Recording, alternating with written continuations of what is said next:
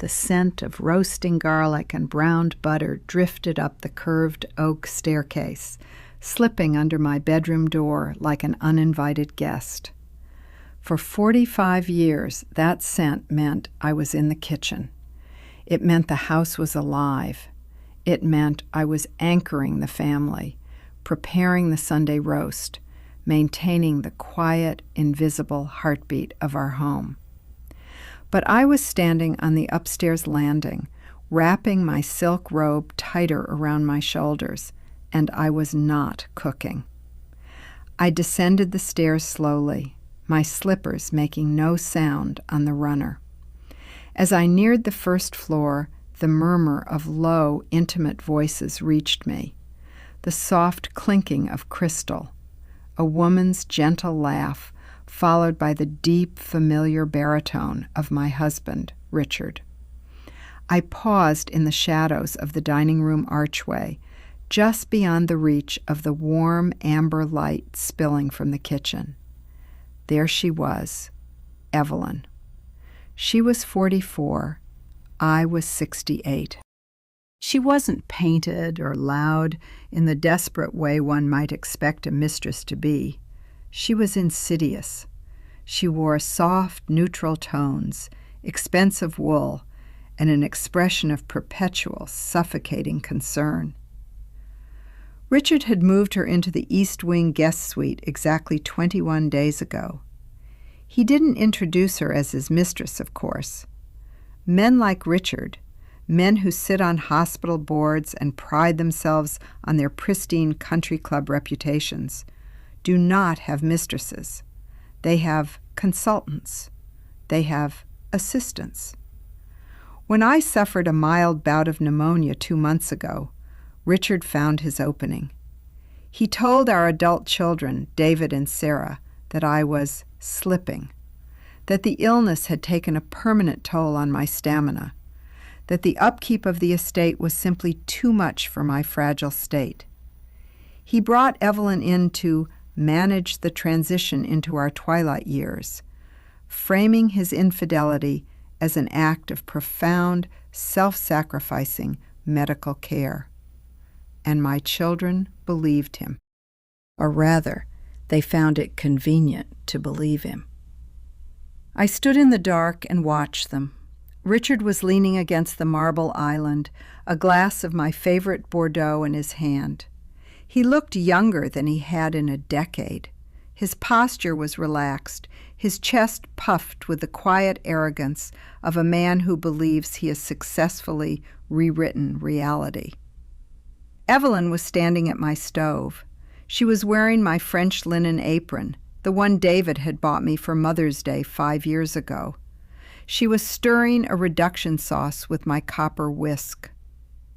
A house doesn't fall all at once. It falls one replaced routine at a time. The cruelest evictions do not involve moving boxes or court orders. They involve a younger woman asking where you keep the good silver, pretending she is doing you a favor by taking it from your trembling hands. "It smells wonderful, Evie," Richard said, his voice dripping with an easy affection he hadn't directed at me since the late 90s. "Just a little something," Evelyn murmured, turning to smile at him. "I found the rosemary in the garden. I hope Clara doesn't mind me clipping it. The bushes looked so overgrown." "Clara doesn't mind," Richard said, taking a sip of his wine. "She hardly notices the garden anymore. She's been so tired lately." I stepped out of the shadows and into the kitchen light. Richard stiffened immediately. The relaxed slope of his shoulders vanished, replaced by the rigid, defensive posture of a man guarding his territory. Evelyn, however, did not miss a beat. She immediately dropped her shoulders, tilting her head in a pantomime of deep maternal sympathy. "Clara," Evelyn said softly, wiping her hands on my apron, "you're out of bed. You should be resting, sweetheart. The dampness in the air today can't be good for your lungs." "My lungs are perfectly fine, Evelyn," I said. My voice was calm, I did not raise it. I did not shake. "Now, Clara," Richard interjected, his tone adopting that patronizing clinical edge he used whenever he wanted to subtly remind me who was in charge. "Dr. Evans said you need to conserve your energy. Evie is just looking out for you. She's made a lovely dinner." I walked past them to the glass cabinets. I reached for my favorite teacup, a delicate bone china piece with a hairline crack down the handle. I had glued it back together myself 20 years ago after Sarah knocked it off the table as a teenager. "Would you like me to make you some tea?" Evelyn asked, stepping toward me with her hand outstretched, as if she intended to gently confiscate the cup. "No," I said, holding the cup firmly. "I am quite capable of boiling water." "We're just trying to help, Mom," a voice said from the hallway. I turned. My daughter Sarah stood in the doorway. She was 32, holding her designer handbag, watching me with a look of exhausted pity. She must have let herself in through the side door. "Evelyn spent 3 hours making Dad's favorite roast," Sarah said, walking over to kiss her father's cheek. She didn't look at me. "The least you could do is be grateful she's taking the burden off you. You've been so irritable lately." I looked at my daughter. I looked at the woman wearing my apron. I looked at the husband who had orchestrated my living funeral. Children rarely notice a mother disappearing until something they need disappears with her. Some people confuse unconditional love with permanent access. They think because you have always been the foundation, you are made of stone. They forget that foundations can be unpoured. "You're right, Sarah," I said quietly, filling my kettle. "I have much to be grateful for." I carried my tea out of the kitchen, leaving them to their warm, stolen domesticity. I walked down the long, carpeted hallway toward Richard's private study. He had met with his lawyers twice this week. He had been leaving folders on his desk, carelessly open, assuming I was too blind or too heavily medicated to read the bold print. I knew exactly what he was doing. He was updating his will. He was restructuring his assets to ensure Evelyn was given the house, the accounts, and the authority over my care upon his death. He thought he was a king, quietly dividing his kingdom before the final curtain fell. I stepped into the dim study and locked the door behind me. I set my cracked teacup on his mahogany desk. I opened the bottom drawer, the one he thought he held the only key to. Richard believed his new will was an ironclad masterpiece of legal betrayal. But as I pulled out the original deed to this estate, dated 45 years ago, I traced my finger over a single line of ink, a line Richard had entirely forgotten about in his arrogance, a detail he had willfully scrubbed from his memory because it contradicted his image of a self-made man. He couldn't leave this house to his mistress because Richard didn't own a single brick of it. The paper was heavy, slightly yellowed at the edges, carrying the faint, dusty scent of archives and old ink. I ran my thumb over the embossed seal at the bottom of the page. Clara Josephine Vance, sole and separate property. A man's pride is a fragile, hollow thing. If a woman does not fill it with her own silence, it collapses. When we were married 45 years ago, Richard was a junior executive with a cheap suit, a terrifying amount of ambition, and absolutely nothing to his name. My father, a quiet industrialist who built his wealth in manufacturing, saw right through him. On the eve of my wedding, my father handed me a heavy manila envelope containing this deed. "He's a man who builds castles on other people's land, Clara," my father had said, his eyes sad but unblinking. "Let him hang his portraits on the walls. Let him sit at the head of the table. But never let him own the ground beneath your feet." I had kept my promise. The estate, 4 acres of prime Connecticut woodland, the sprawling Victorian house, the carriage house, the manicured gardens, belonged entirely to me. Over the decades, I let Richard play the king. When we needed a new roof, I quietly transferred the funds from my private trust into our joint account, allowing Richard to write the check and boast to the contractors about his keen financial planning. When he hosted his hospital board galas, I let him refer to the estate as the empire I built for my family. I smiled politely from the sidelines, refilling champagne glasses, allowing my silence to cement his mythology.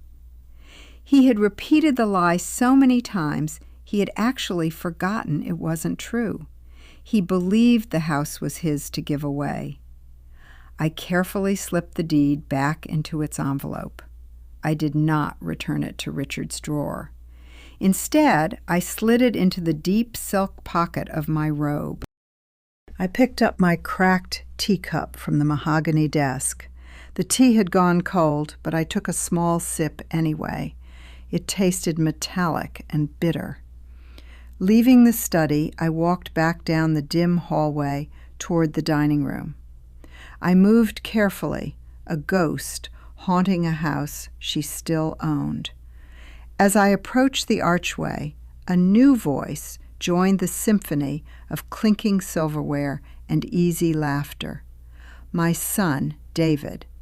He must have let himself in through the front door while I was in the study. David was an investment banker, a man who viewed the entire world as a series of columns to be balanced.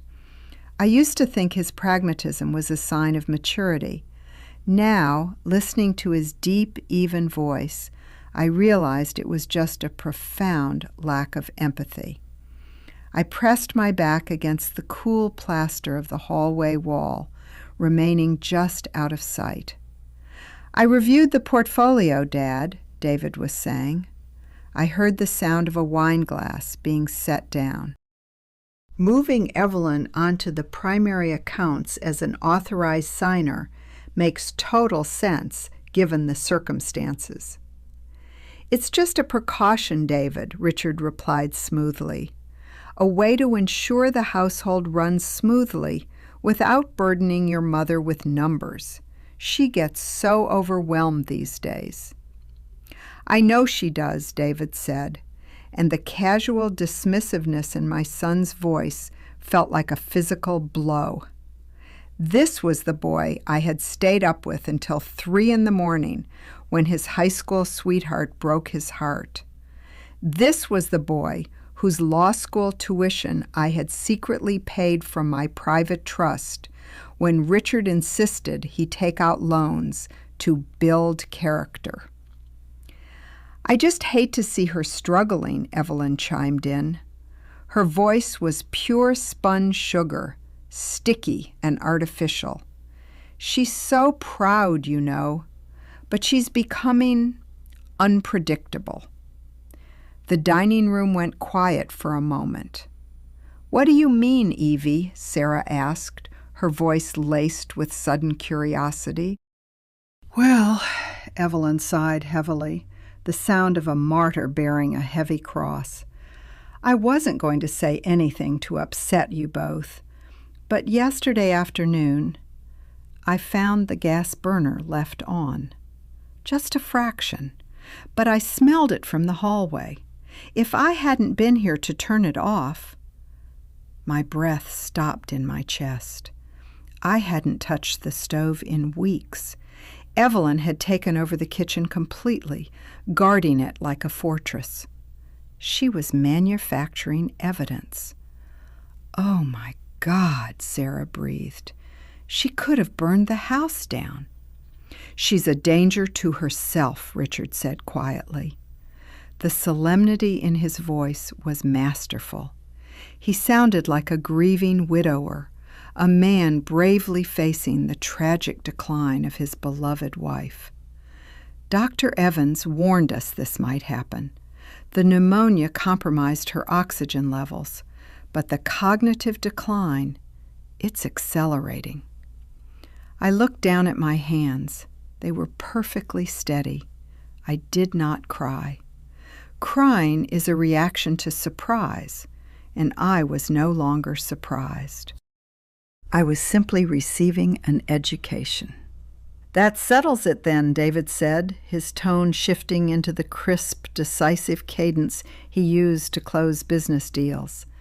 Dad, we can't keep waiting. If she burns the house down or wanders off, the liability is massive. And honestly, it's not fair to Evelyn to expect her to be a full-time nurse. I don't mind, really, Evelyn murmured. No, Evie, you've done enough, David insisted. I'll have the firm draft the paperwork on Monday. We'll have Dr. Evans sign the medical competency evaluation by Wednesday. We need to establish full power of attorney, and we need to start looking at residential care options. A heavy, suffocating silence fell over the hallway. The grandfather clock in the foyer ticked, the pendulum swinging back and forth, counting the seconds of my supposed remaining freedom. They weren't just updating a will. A will required me to be dead. That wasn't fast enough for them. My husband, my daughter, and my son were sitting at my dining table, eating food prepared on my stove, actively plotting to have me declared legally incompetent. They were going to strip my name from my life, lock me in a memory care ward, and hand my keys to a woman who had been sleeping in my guest room for 21 days. Memory care is expensive, Sarah noted, her voice suddenly tight, calculating her inheritance, shrinking. Will the estate cover it? If we liquidate Clara's personal accounts and sell off her jewelry collection, we won't have to touch the primary assets, Richard said calmly. He had already priced out my exile. I slowly backed away from the archway, retreating into the darkness of the hall. I touched the heavy paper in my pocket. They thought I was a fragile old woman, slowly losing her grip on reality.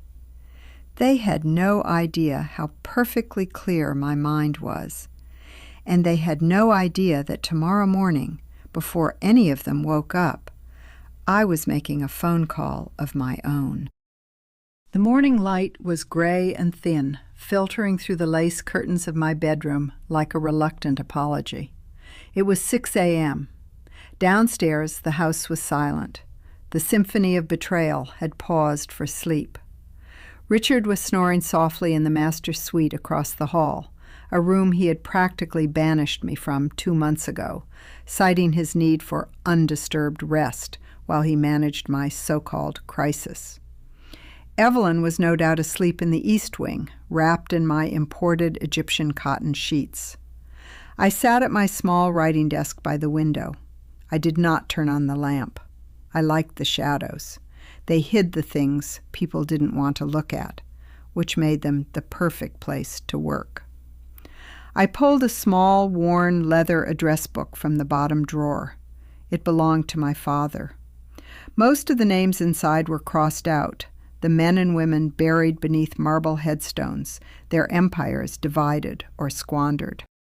But there was one name, written in my father's precise, angular script, that remained untouched. Arthur Sterling.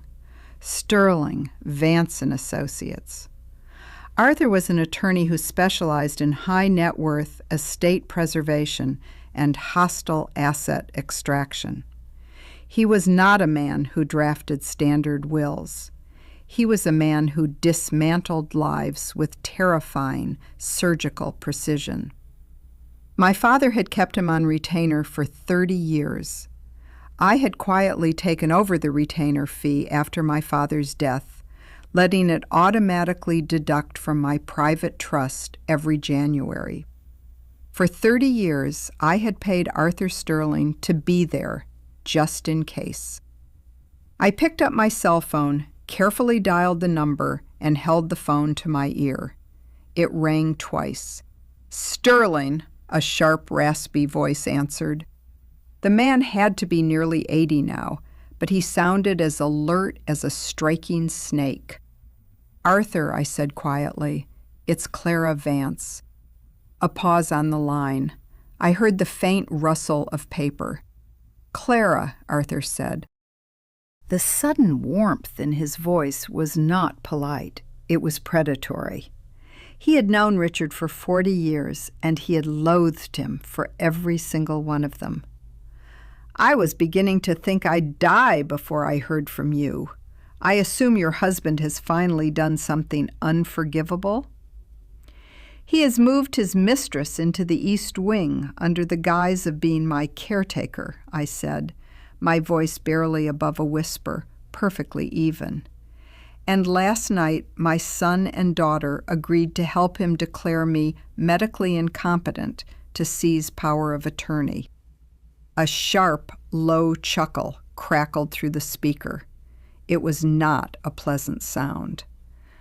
"They're trying to force a conservatorship on you, the woman whose private trust effectively financed the illusion of his entire career." "Yes. They need a medical evaluation to push that through a judge," Arthur noted. "Does Richard have a doctor in his pocket?" "Dr. Evans," I replied. "He sits on the hospital board with Richard. They play golf every Tuesday." "Ah." "A rubber stamp in a white coat," Arthur murmured, the sound of a pencil scratching against paper echoing softly over the line. "Clara, if they file for conservatorship and get a judge to sign an emergency order, you could be removed from your home within 48 hours. We need to move faster than they are. What do you want to do?" I looked out the window. The rain had started to fall, slicking the cobblestone driveway. I watched a single dead oak leaf detach from a branch and spiral slowly toward the ground. "I want to remove the foundation," I said. "Be specific." "I want the private trust dissolved and transferred entirely into a holding shell under a new LLC. I want all joint accounts frozen pending a forensic audit. I want Richard removed as an authorized user on every credit card." I paused, taking a slow breath. "And I want to serve him with an eviction notice." Arthur was silent for a long moment. When he finally spoke, his voice hummed with profound satisfaction. "You want to leave him with exactly what he had the day he met you?" "Yes." "It will require a massive restructuring," Arthur said, "and we need to establish an undeniable legal paper trail of your pristine mental state before Evans files his fraudulent evaluation. I will schedule an appointment for you today with a neuropsychologist in Manhattan, someone entirely outside Richard's sphere of influence." "I'll need to slip out of the house unnoticed," I said, glancing toward my bedroom door. "They watch me closely. Evelyn pretends to be a concerned nurse, but she is effectively a warden." "Take an Uber to the train station," Arthur instructed. "Leave your cell phone at the house. If they track your location, let them track it to the living room sofa. Buy a prepaid phone when you get to the city. I'll text the clinic address to it. Can you get out?" "Yes," I said, My daughter has a tennis lesson at 10. David is at his firm. Richard leaves for the country club at noon. Evelyn takes a nap after lunch. Good. Be at my office by 3 o'clock, Arthur commanded. Bring the deed. Bring your father's original trust documents. We're going to build an invisible wall around everything you own, Clara. By the time Richard tries to reach into the vault, he won't even realize the building is gone. Thank you, Arthur. I ended the call and slipped the phone beneath my pillow. I stood up, walked to my walk-in closet, and reached into the very back behind rows of sensible matronly cardigans I had worn to blend into the wallpaper of my own life. I pulled out a tailored charcoal gray wool coat I hadn't worn in 10 years. Downstairs, I heard the faint metallic scrape of the kitchen stove being turned on. The smell of frying bacon soon drifted up the stairs. Evelyn was making breakfast for my husband. I walked out of my bedroom and stood at the top of the stairs, looking down into the foyer. Richard was standing at the bottom, adjusting his silk tie in the hall mirror. He looked so incredibly pleased with himself. A man who believed his life was a perfectly constructed machine, entirely unaware that the most vital cog had just quietly unlatched itself from the gears.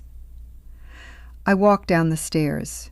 Richard looked up, surprised, his expression immediately shifting into that patronizing mask of concern. "Clara," he said smoothly, "you're up early. Did you sleep well?" "Very well," I said. I stopped on the bottom step, looking him directly in the eye. "Better than I have in years, Richard." He frowned slightly, confused by the steadiness in my voice. He reached out to pat my shoulder, a gesture of empty comfort. "Evie is making bacon," he said. "Why don't you go sit in the sunroom, and she'll bring you a plate?" "That sounds lovely," I replied softly. I turned and walked toward the sunroom, feeling his gaze on my back. I sat in my favorite armchair, watching the rain hit the glass. I didn't eat the breakfast Evelyn brought me. I just watched the clock on the wall, waiting for the house to empty. The countdown had begun. At 1:15 p.m., the house finally fell silent. Richard's Mercedes had crunched out of the gravel driveway, exactly on schedule. Sarah had vanished hours ago. Through the sheer drapes of the sunroom, I watched Evelyn walk to the east wing. A few minutes later, the faint, rhythmic thumping of daytime television drifted through the walls. She was settled. I stood up, leaving the plate of cold, congealed bacon on the side table. I moved with the quiet efficiency of a shadow. I walked into the kitchen, picked up my cell phone from the counter, and placed it inside the bread box. If Richard checked the tracking app he had forced me to install for my safety last month, it would tell him I was precisely where I belonged, in the kitchen. I slipped out the side door, locking it silently behind me. The rain had stopped, leaving the air heavy and thick with the scent of wet pine. I didn't take one of the cars. I walked down the narrow, overgrown path behind the carriage house, a path that led through the woods directly to the county road. It was a half-mile walk through damp underbrush, but I did not stumble. My chest did not ache. My breathing was perfectly steady. Dr. Evans's diagnosis of my frail stamina was a phantom, and I was leaving it behind in the woods. An unmarked black sedan was waiting for me at the edge of the road. Arthur had arranged it. I slid into the leather back seat, pulling the heavy manila envelope holding my father's trust documents tighter against my chest. "Penn Station, ma'am?" the driver asked, checking his rearview mirror. "Yes, please," I replied. The city was a blur of gray concrete and rushing bodies, a sharp contrast to the suffocating stillness of my Connecticut estate. I navigated the crowds with an anonymity that felt glorious. For the first time in 2 decades, I wasn't Richard Vance's sickly wife. I wasn't Sarah's burdensome mother. I was a ghost moving through the machine. I bought a prepaid phone from a bodega on 8th Avenue. Within 3 minutes, a text arrived from Arthur. Dr. Eris Thorne, 450 Park Avenue, Suite 1200. He is waiting. The clinic was entirely unbranded. No signs, no waiting room magazines, just frosted glass doors and a receptionist who spoke in hushed, reverent tones. Dr. Thorne was a man in his late 50s with sharp, analytical eyes and absolutely no bedside manner. He did not ask how my day was. He did not offer me tea. He immediately sat me down in a stark white room and began a brutal, exhausting 3-hour cognitive battery. He tested my memory, my spatial reasoning, my logic, my recall, my ability to detect patterns, and my emotional regulation. I answered every question with the cold, precise clarity of a woman fighting for her life. When it was over, Doctor, Thorne sat across from me, reviewing the tablet in his hands. The silence in the room was absolute. Mrs. Vance, he finally said, looking up, your cognitive function is not just normal for your age, it is exceptional. Your executive function scores are in the 98th percentile. And my capacity to manage my own financial and medical affairs? I asked quietly. Dr. Thorne's expression hardened. Unquestionable. If another physician has documented otherwise, it is medical malpractice. I will have a notarized affidavit and a comprehensive neuropsychological report couriered to Arthur Sterling's office within the hour. Thank you, Doctor. I walked the 10 blocks to Arthur's office in the light drizzle. I felt a strange, terrifying lightness in my chest. I had weaponized my own sanity. Sterling Vance and Associates occupied the top floor of a black glass skyscraper. Arthur's office looked exactly as it had when my father was alive. Dark walnut paneling, leather chairs that smelled like old money, and an expansive view of the city skyline that seemed to look down on everything below. Arthur sat behind his massive desk. He didn't stand when I entered. He just gestured to the chair opposite him. Dr. Thorne's report is already printing, Arthur said, his voice gravelly and sharp. It is legally bulletproof. Any attempt by Richard or your children to claim incompetence will be immediately thrown out of court, and Dr. Evans will face a board inquiry for falsifying medical records. I placed the manila envelope on his desk, the deed, and the original trust documents. Arthur opened the envelope, sliding the heavy papers out. He put on his reading glasses, scanning the 45-year-old ink. A slow, dark smile crept across his weathered face. Your father, Arthur murmured, was a paranoid, magnificent bastard. He knew who Richard was. He did, Arthur agreed, tapping a gold pen against the desk. Richard's name is nowhere on the primary assets. However, over the last 4 decades, Richard has woven his name into the secondary accounts, the joint checking, the investment portfolios, the country club memberships. I want him removed from everything, I said, my voice steady, but I do not want him to know until it is entirely done. The financial decoupling will take me approximately 4 days to execute, Arthur said, leaning forward, resting his elbows on the desk. I am going to drain the joint accounts down to a mathematically exact 50%, your legal half, and transfer it into an offshore blind trust he cannot touch or trace. The credit cards will be canceled. And the house? Arthur's eyes gleamed with a vicious, absolute intelligence.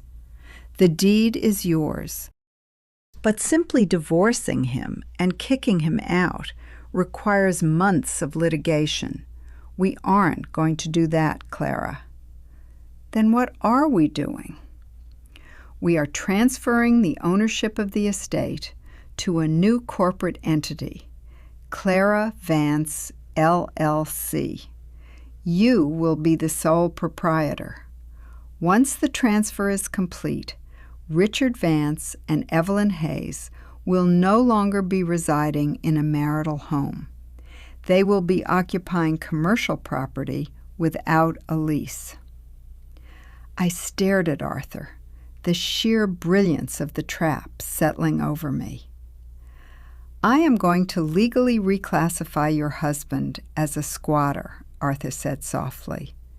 And then, Clara, we are going to serve him with a 30-day notice to vacate. The cruelty of it was breathtaking. It was elegant. It bypassed the messy, emotional theater of a divorce court entirely. He wouldn't be a man fighting his wife over assets. He would be an unauthorized tenant being legally evicted by a faceless corporation. Do it, I whispered. I need your signature on 12 documents, Arthur said, sliding a thick stack of papers across the mahogany wood.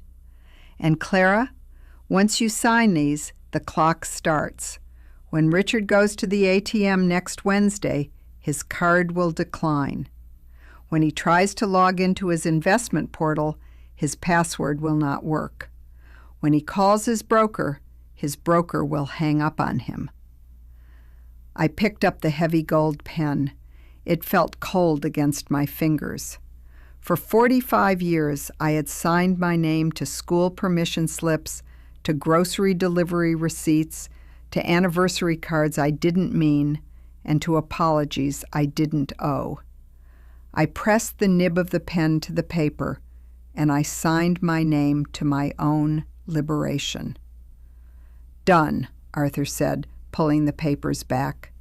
He looked at me, a rare look of profound respect crossing his ancient face. Go back to Connecticut, Clara. Drink your tea. Smile at the mistress.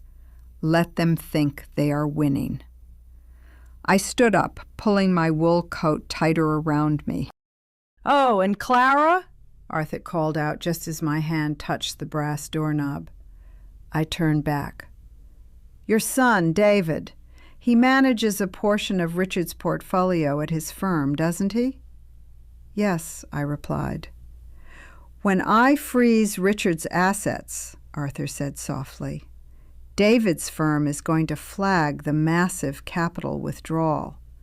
It will trigger an internal audit on David's entire department.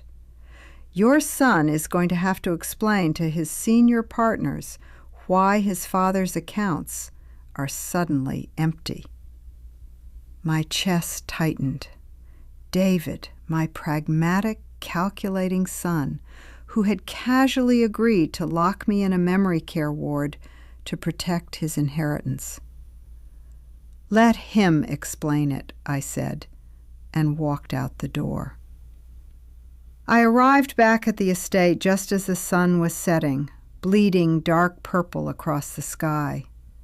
I slipped through the side door, retrieved my phone from the bread box, and walked into the living room. Sarah was sitting on the sofa, her phone in her hand. When she saw me, she jumped slightly. "Mom," she snapped, her voice shrill. "Where have you been? We've been looking all over the house for you.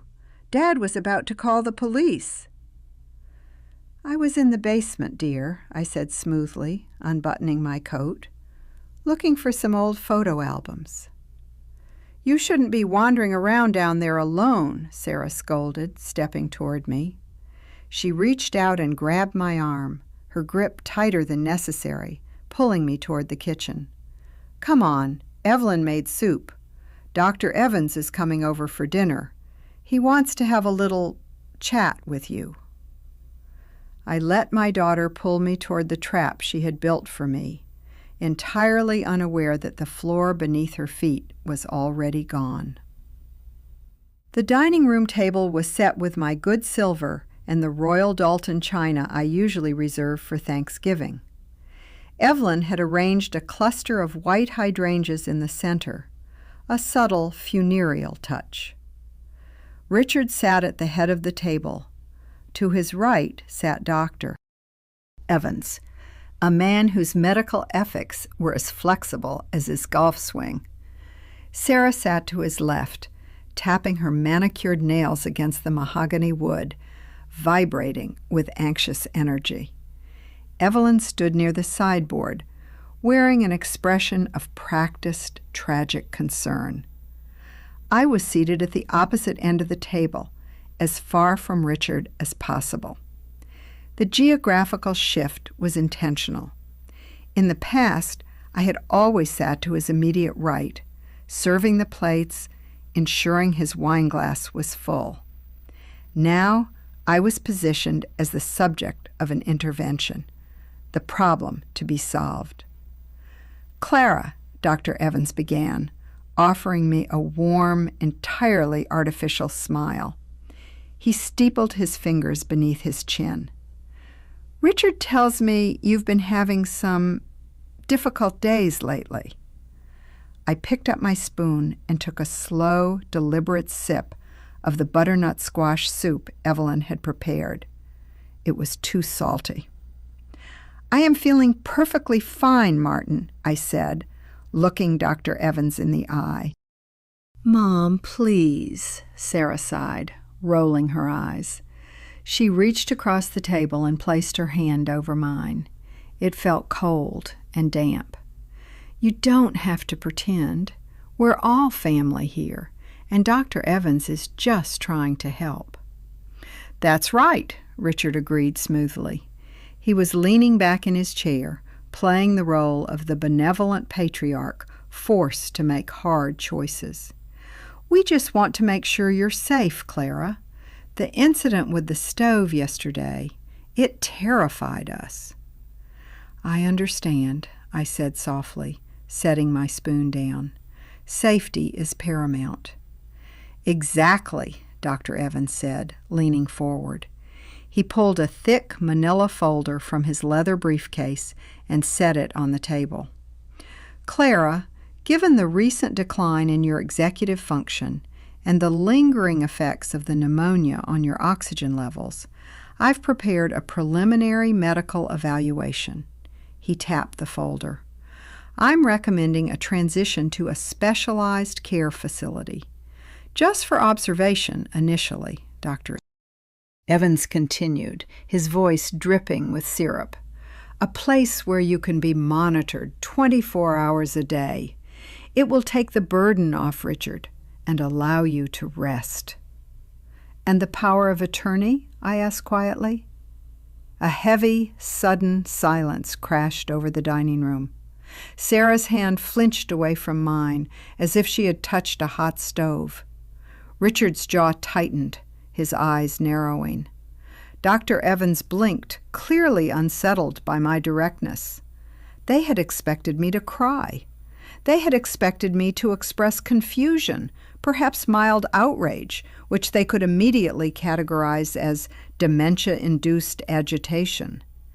They had not expected me to read the legal subtext of their dinner party. Well, Dr. Evans stammered slightly, recovering his professional veneer. Standard protocol in these situations does involve transferring medical and financial proxy to a capable family member. Richard, naturally. Naturally, I murmured. It's just paperwork, Mom, Sarah interjected quickly, her voice sharp with defensive anxiety. It just means Dad can sign the checks for the facility without having to bother you with numbers. You know how you hate dealing with the bank." I looked at my daughter, my beautiful, selfish daughter. When her first marriage had collapsed, she had moved back into this house for 2 years. I had cooked her meals, held her while she cried, and paid the aggressive legal fees for her divorce out of my private trust so Richard wouldn't complain about the expense. She was selling my freedom for the convenience of her inheritance. "I see," I said, folding my napkin and placing it neatly beside my bowl. I looked back at Dr. Evans.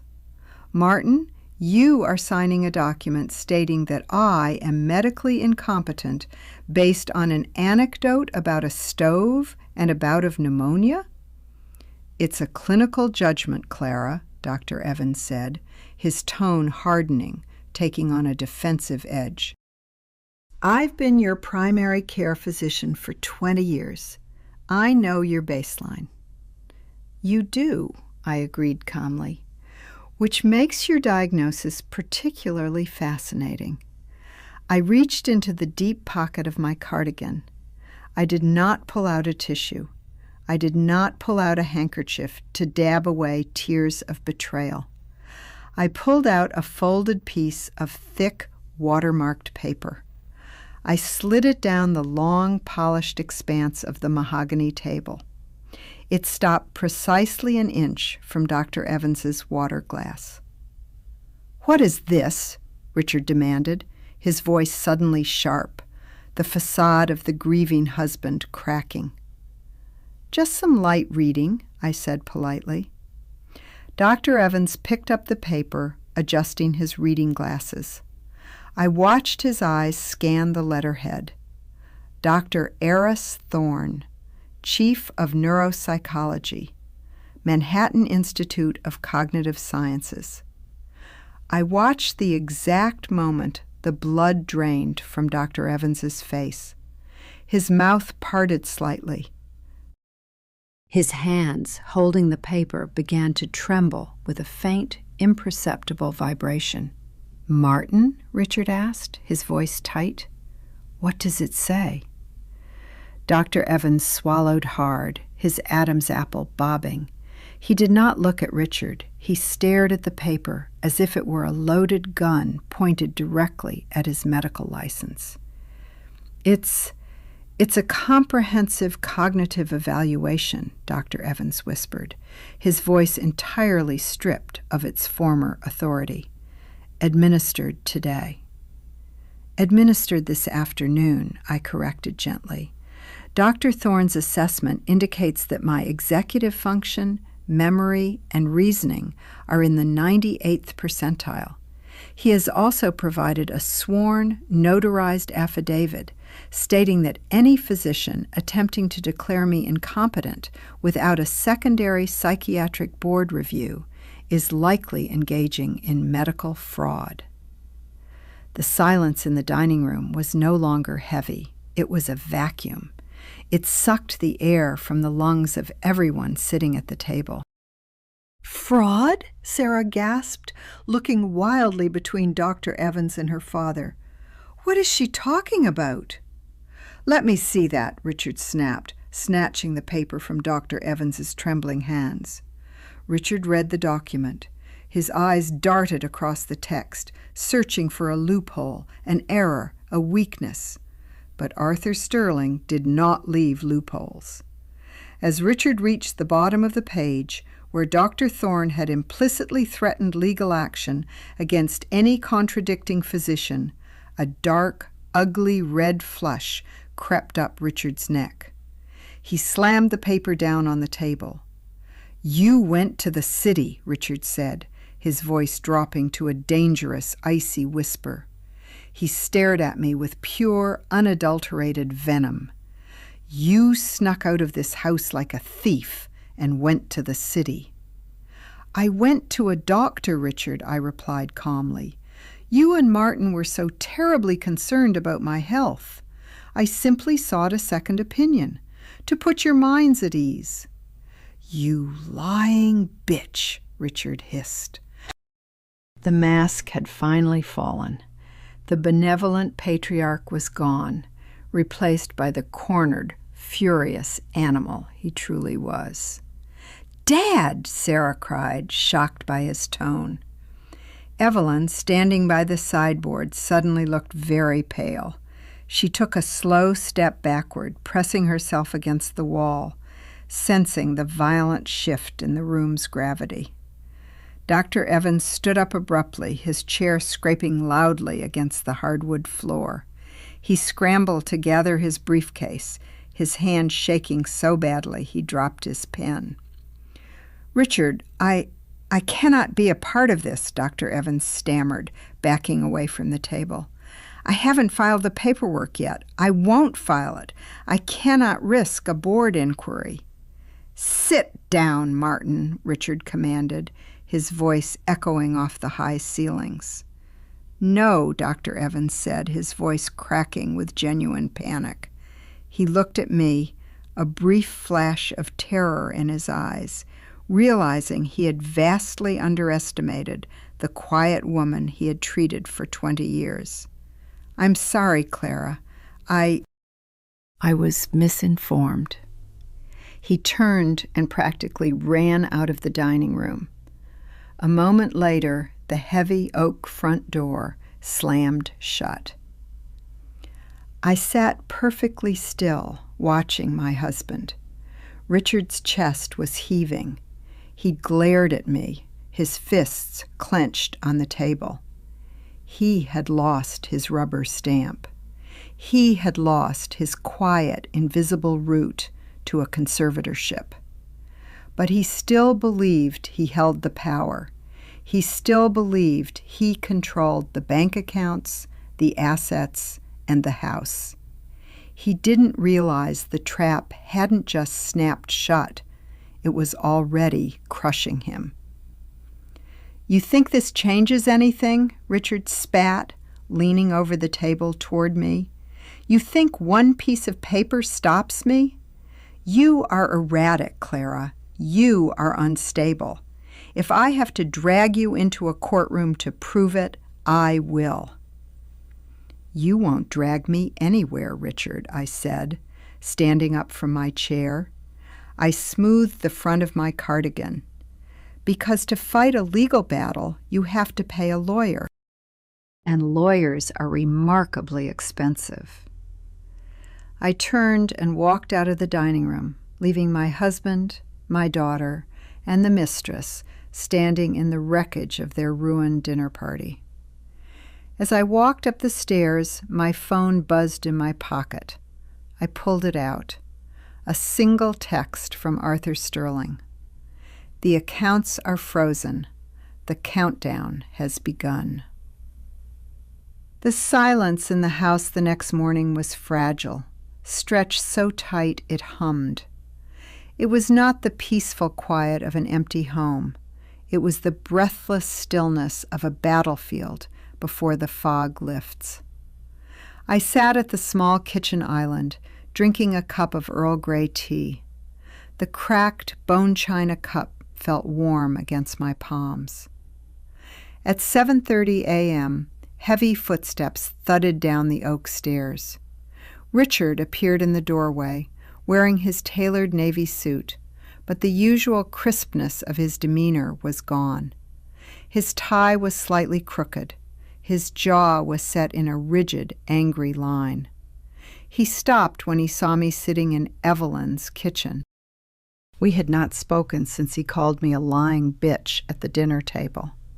He had spent the evening locked in his study, pacing, drinking scotch, and likely trying to figure out how to salvage his ruined conservatorship plan.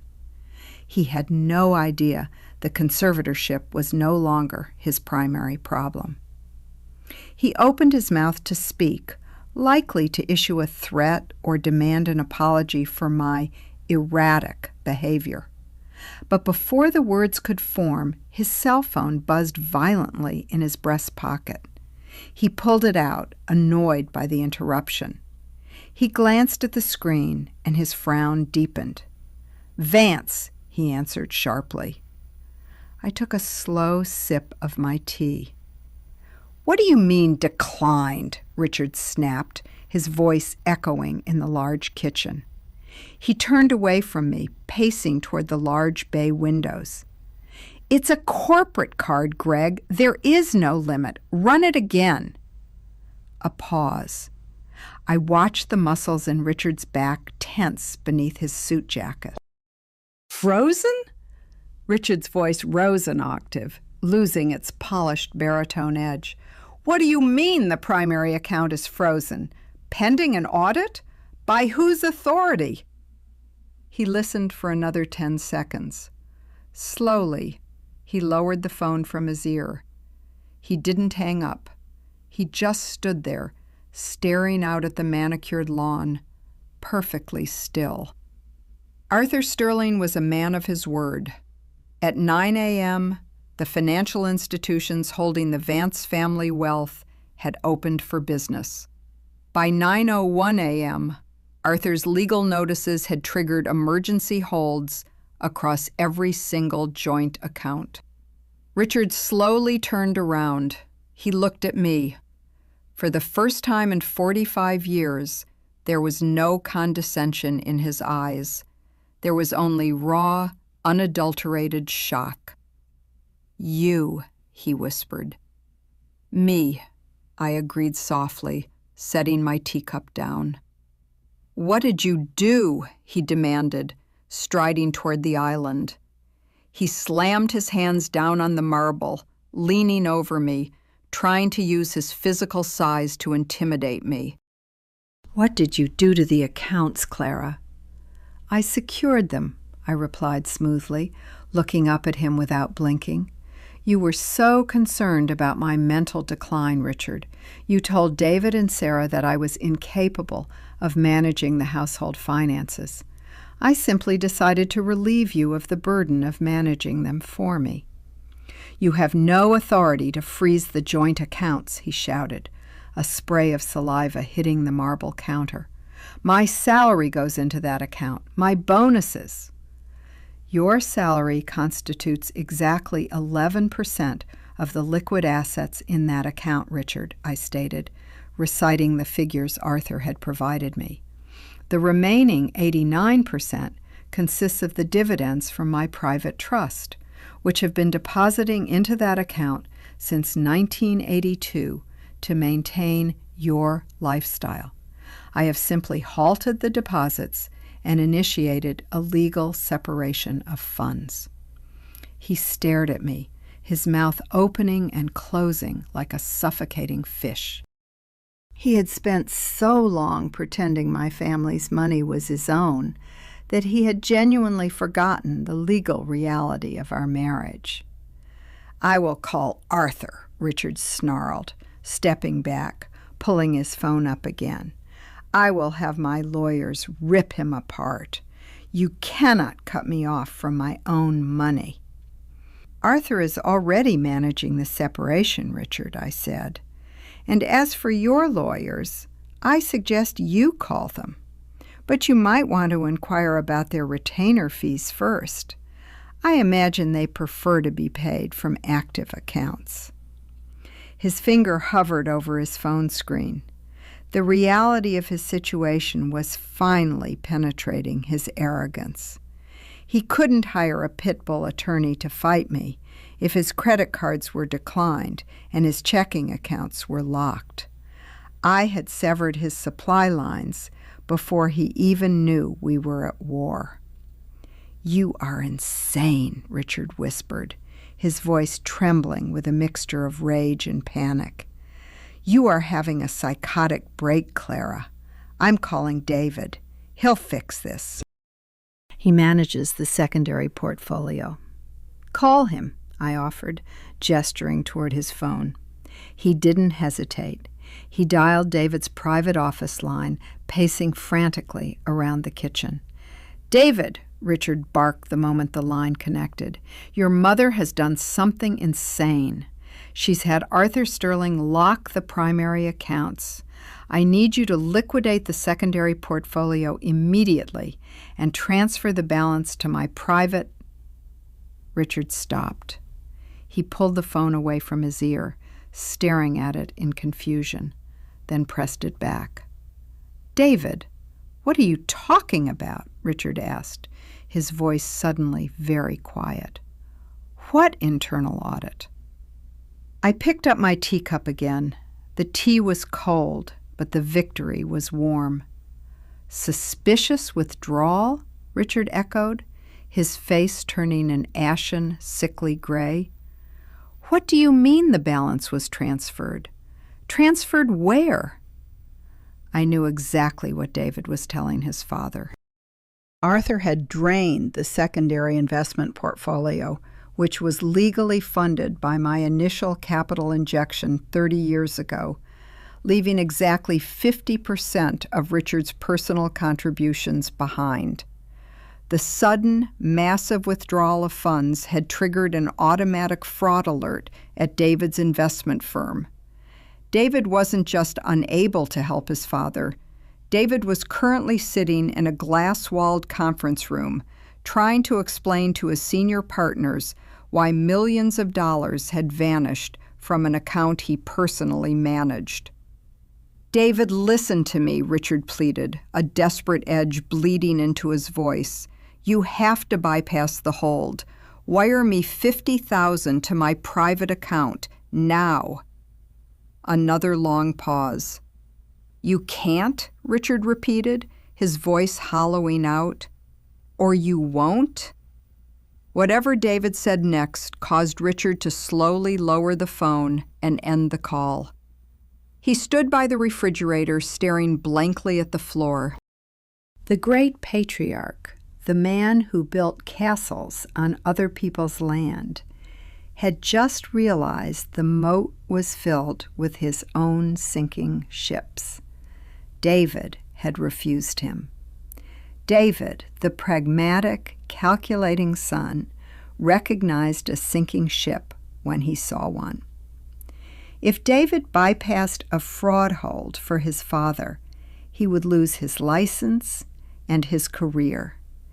And David loved money far more than he loved his father. "He won't do it," Richard whispered, mostly to himself. "Children rarely notice a mother disappearing," I said quietly into the silence of the kitchen, "until something they need disappears with her. But they abandon a father the moment his wallet snaps shut." Richard looked up at me. The hatred in his eyes was absolute, stripped of any pretense of marital affection. "You think you've won," he sneered, though his voice lacked its usual booming authority. "You think you can just starve me out. I still have half the assets in this marriage, Clara. The law guarantees me half. And I will take you for every single penny. I'll force the sale of this house. I'll leave you with nothing but your spite." He turned and stormed out of the kitchen, marching down the hall toward the front door. He needed to get to his office. He needed to find a lawyer who would work on a contingency fee. He needed to regain control. The heavy front door slammed shut. I sat alone in the kitchen, listening to the silence return. He still didn't know about the house. He still believed the deed was a marital asset he could leverage in a divorce. I looked up as a soft rustling sound caught my attention. Evelyn stood in the archway of the kitchen. She was wearing her soft cashmere robe, clutching the collar tightly around her neck. She had heard the shouting. She had heard the phone calls. She looked at me, her large, sympathetic eyes wide with manufactured concern. But beneath the concern, I saw the rapid, frantic calculation of a woman realizing her sugar daddy's bank account was suddenly locked. "Clara?" Evelyn asked, her voice trembling slightly. "Is everything all right?" Richard sounded very upset. "Richard is having a difficult morning, Evelyn," I said, offering her a perfectly polite smile. "Would you like me to show you how to use the stove? Since you'll be cooking for him without a grocery budget going forward." Evelyn stared at me, the blood slowly draining from her face. She wasn't stupid. She understood exactly what was happening. I was removing the invisible foundation holding her comfortable new life together, and she had absolutely no idea how to stop me. For 3 days, the house operated in a state of suspended animation. It was a Cold War fought entirely through locked doors, aggressive silence, and the rapid evaporation of resources. Richard did not return to the estate until very late each night, long after the hallway lights had automatically dimmed. He was out desperately meeting with attorneys. But men like Richard demand the best, and the best require retainers of $50,000 up front. Retainers Richard could no longer pay. Evelyn, meanwhile, had undergone a fascinating transformation. The soft, maternal caretaker who had spent her first 21 days baking fresh scones and arranging fresh-cut flowers had vanished. The reality of a frozen credit card is a remarkable solvent for fake affection. On Thursday morning, I walked into the kitchen at 8 a.m. to make my tea. Evelyn was standing in front of the open refrigerator, staring into it with an expression of profound irritation. "Is there a problem, Evelyn?" I asked, setting my kettle on the stove. She turned, startled, quickly smoothing her expression into a pale imitation of her former sweetness. "Oh, Clara, good morning. I was just looking for the heavy cream for Richard's coffee. We seem to be out." "We are," I said calmly. "The weekly grocery delivery was canceled on Tuesday." "Canceled?" Evelyn echoed, her brow furrowing. "Did the credit card on file expire?" "No," I replied, striking a match to light the burner beneath my kettle. "I canceled it." Evelyn stared at me. Her eyes dropped to the expensive French linen apron I was wearing, the one she had been treating as her personal uniform for nearly a month. "But what are we going to eat?" Evelyn asked, a genuine note of panic bleeding into her soft voice. "I have my own provisions," I said, gesturing to a small designated shelf in the pantry where I had moved a selection of dry goods and simple items I had purchased with my own cash. "As for you and Richard, I suggest you take inventory of the freezer. Or perhaps Richard can take you to a restaurant, though I imagine he might struggle with the bill." Evelyn's jaw tightened. The facade cracked, just for a moment, revealing the hard, calculating opportunist beneath the cashmere. She closed the refrigerator door with slightly more force than necessary. "Clara," Evelyn began, her voice dropping the sweet, syrupy tone, replacing it with a cautious, probing edge. "Richard mentioned there was a misunderstanding with the bank, a technical error with some accounts. He's sorting it out." "Is that what he told you?" I asked, pouring the boiling water over my tea leaves. "Yes," she said, lifting her chin defensively. "He said it's just a temporary freeze, a security measure." I laughed. It was a quiet, dry sound, barely more than a breath, but it echoed loudly in the large kitchen. "A security measure," I repeated softly. I picked up my teacup and turned to face her fully. "Evelyn, you are 44 years old. You are too old to be naive, and you are entirely too smart to believe a man who lies to his wife won't lie to his mistress." Evelyn flinched at the word mistress, her posture stiffening defensively. "I am here to help manage his—" "Stop," I said gently. cutting her off. "There is no one else in the room. You don't need to perform. Richard's accounts are not experiencing a technical error. They have been legally frozen as part of a catastrophic financial separation initiated by my attorneys. His credit is dead. His secondary portfolio has been seized. He cannot buy you jewelry. He cannot take you to Europe. And as of Tuesday, he cannot even buy you heavy cream for his coffee." Evelyn stared at me. She didn't blink.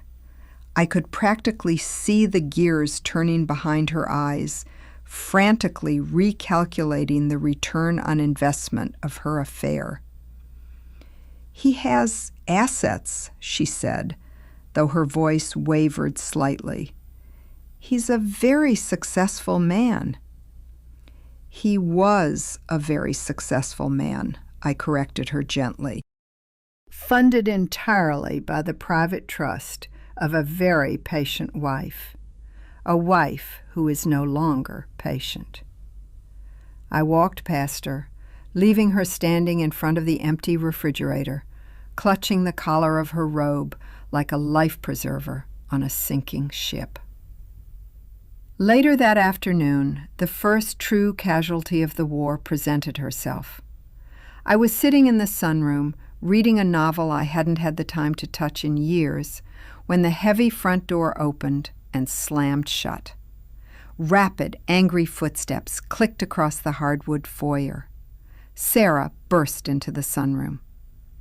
My daughter looked entirely undone. Her hair, usually perfectly blown out, was slightly frizzy. She was clutching her designer handbag so tightly her knuckles were white. "Mom," she demanded, marching over to where I sat, "what the hell is going on?" I marked my page and closed the book slowly. "Hello, Sarah. It's lovely to see you as well." "Don't play games with me," Sarah snapped, her voice trembling with barely suppressed panic.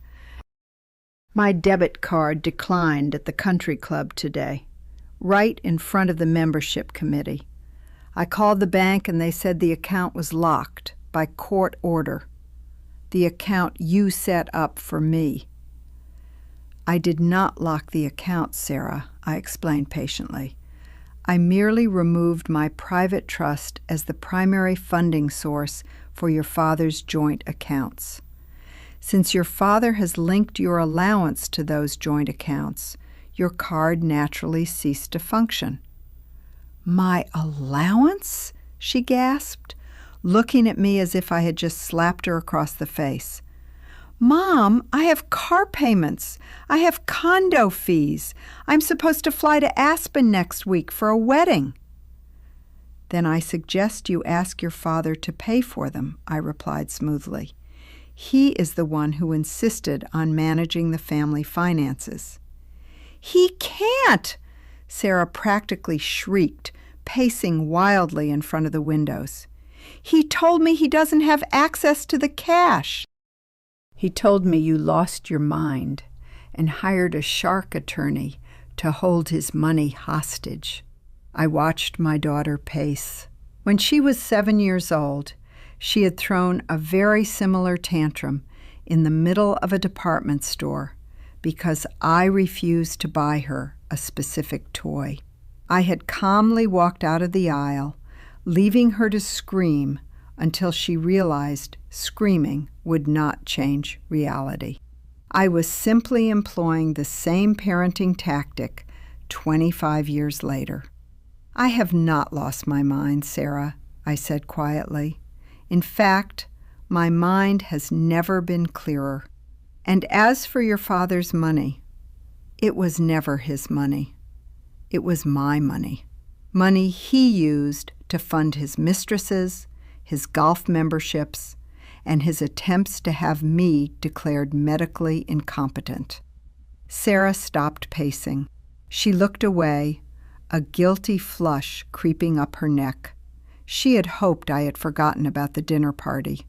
She had hoped her casual willingness to lock me in a memory care ward would simply be swept under the rug of family politeness. "I was just trying to help," Sarah mumbled defensively, though she could not meet my eyes. "Dad said you were a danger to yourself. He said Evelyn found the stove on." "And you believed him," I said, my voice hardening slightly, because believing him was easier than actually paying attention to me, because believing him meant you didn't have to deal with an aging mother, because believing him meant your inheritance would be cleanly managed by a man who would continue to pay your condo fees. "That's not true," Sarah protested, but her voice was weak. "It is true, Sarah," I said softly. "You confused my patience with weakness. You thought I existed simply to quietly fund your life and disappear when I became inconvenient. But I am not disappearing." I stood up, holding my book against my chest. "Your father's accounts will remain frozen," I told my daughter. "And since your financial stability was built on his lies, I suggest you cancel your trip to Aspen. You can no longer afford it." I walked past her, leaving her standing in the center of the sunroom, weeping silently over a declined debit card. The structural pillars of Richard's empire were snapping, one by one. The mistress was hungry, the daughter was broke, and the son was terrified. And I hadn't even dropped the heavy machinery yet. Tomorrow was Friday. Tomorrow was the day the mail arrived. And tomorrow, Richard Vance would officially discover that he did not own the ground beneath his feet. Friday morning brought a heavy, unrelenting rain that battered the tall windows of the estate, casting the high-ceilinged rooms in a bruised, violet light. It was the kind of weather that trapped people inside, forcing them to look at each other. I was sitting in the library, a room Richard rarely used because it smelled of old paper and lacked a television, when I heard the heavy clatter of the brass mail slot in the front door. It was 11:15 a.m. The postman was exactly on time. I set my book down, walked out of the library, and stood at the end of the long hallway. Richard was already there. He had not gone to the office today. With his corporate cards frozen and his personal assets locked, there was no empire left for him to manage. He was wearing an old, slightly wrinkled cashmere sweater, a stark contrast to his usual sharp suits. He looked tired. The arrogant puff of his chest had deflated, leaving behind the hunched posture of an older, desperate man. He bent down and scooped the stack of mail from the marble floor. He flipped through the envelopes rapidly, tossing junk mail onto the console table, searching for anything that looked like a legal lifeline. Perhaps a notice from a bank reversing a freeze. Perhaps a letter from an attorney willing to take his case. He stopped at a large, stiff manila envelope. It bore the return address of Sterling, Vance and Associates. In the corner, stamped in bold red ink, were the words, "Urgent legal notice. Signature required upon receipt." Of course, the postman hadn't asked for a signature. He had just shoved it through the slot. But the red ink did its job. I watched from the shadows of the hallway as Richard tore the envelope open. His hands were clumsy, shaking slightly, with a mixture of rage and anticipation. He pulled out a thick packet of stapled, legal-sized documents. He stood in the center of the foyer, beneath the grand chandelier, and began to read. I did not move. I did not make a sound.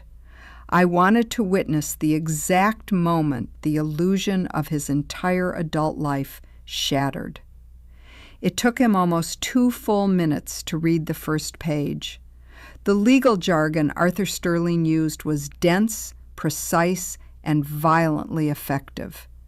To an untrained eye, it was a wall of text. But to a man who had spent 45 years pretending to be the master of an estate, the words transfer of ownership, limited liability corporation, and sole proprietor stood out like neon signs. Richard flipped to the second page. His breathing changed. It grew shallow, rapid, hitching in his throat. He flipped to the third page.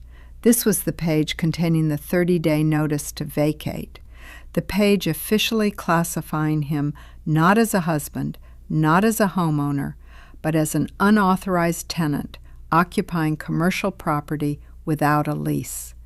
The papers slipped from his hands, scattering across the marble floor like dead leaves. He didn't scream. He didn't curse. The reality of his absolute ruin was too massive to be met with simple anger. He stood there, staring down at the scattered papers, his face draining of all color until his skin looked like old parchment. He slowly lifted his head and looked down the hallway. He saw me standing in the shadows.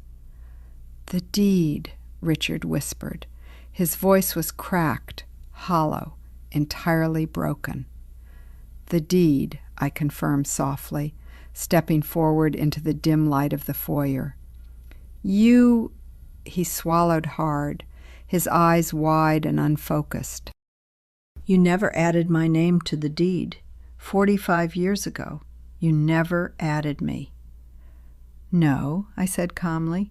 "My father advised against it. He said you were a man who built castles on other people's land. I simply allowed you to believe the land was yours because it kept you quiet. It kept you happy." "You let me pay for the renovations," Richard gasped, staggering slightly, bracing one hand against the console table to keep his balance.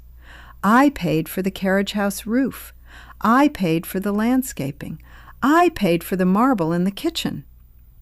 "You paid for nothing, Richard," I corrected him gently. "You wrote checks from a joint account that was 90% funded by my private trust. You used my money to renovate my house, and you took the credit for it at the country club." He stared at me, his mouth opening and closing silently.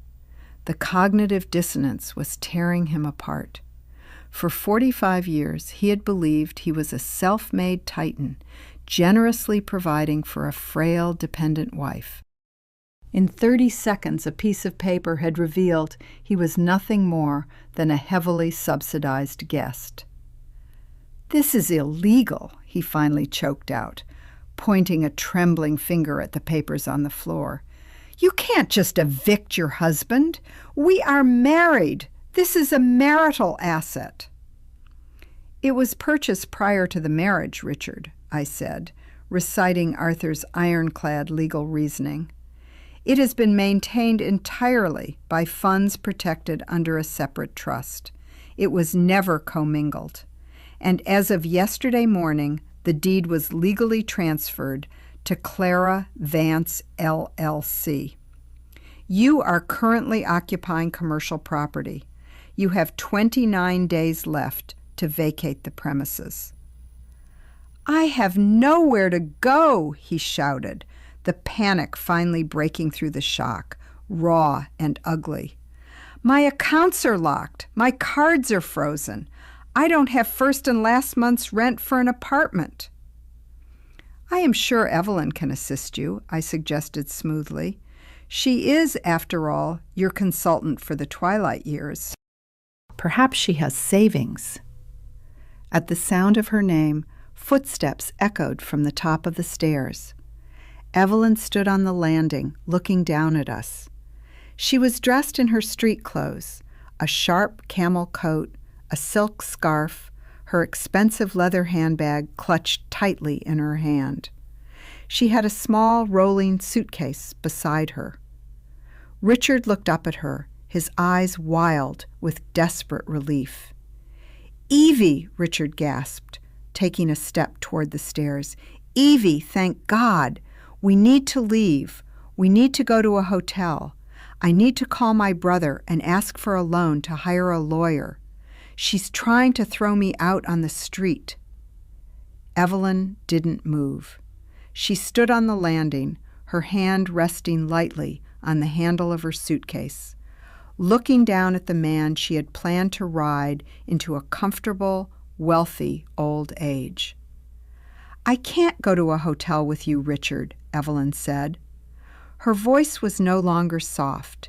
It was crisp, efficient, and entirely devoid of affection. Richard stopped halfway to the stairs. "What?" "Evie, what are you talking about? It's just temporary. Just until I get the accounts unfrozen." "They aren't going to unfreeze, Richard," Evelyn said coldly. She began descending the stairs, the wheels of her small suitcase thumping rhythmically against the oak steps. I heard what she said.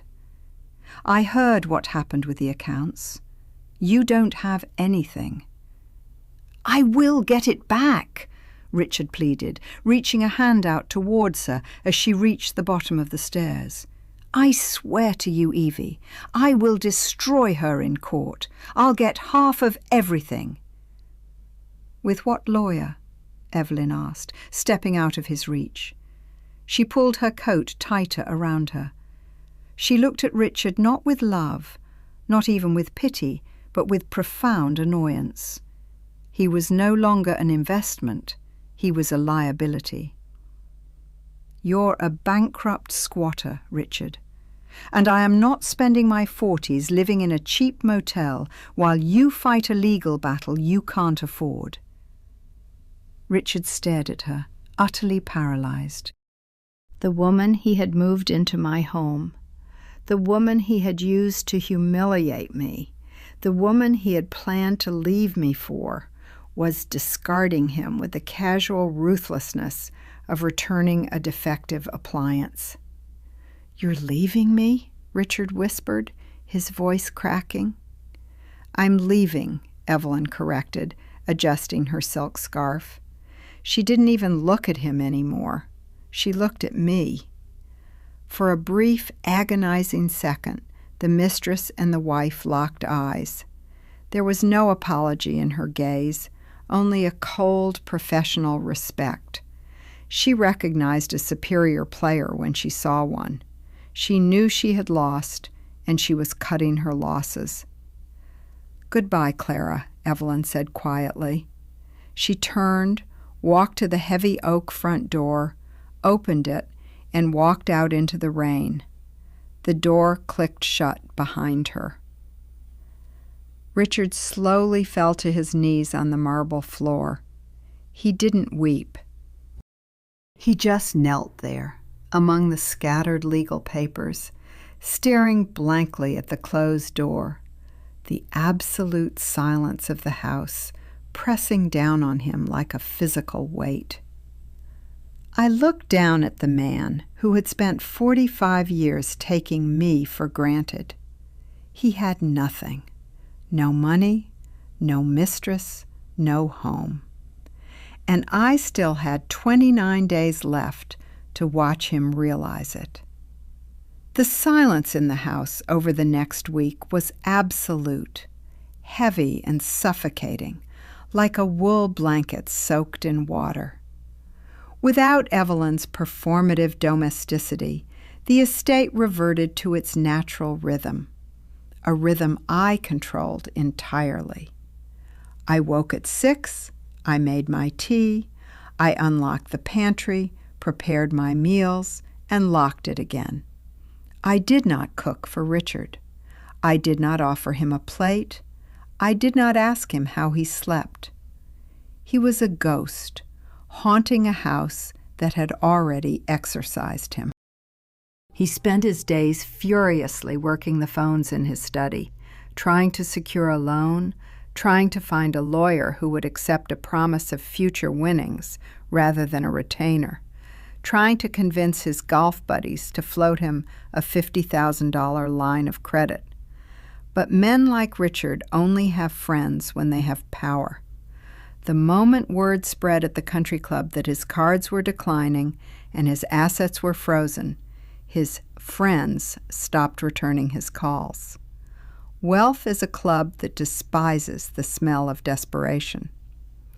By Tuesday, Richard had resorted to eating stale crackers from the back of the pantry and drinking tap water. The manicured, arrogant patriarch was entirely gone, replaced by a hollow-eyed, unshaven man wearing the same rumpled slacks for 3 days in a row. On Wednesday afternoon, the doorbell rang.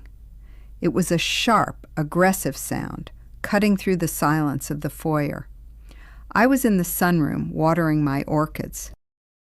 I set my small copper watering can down and walked to the front door.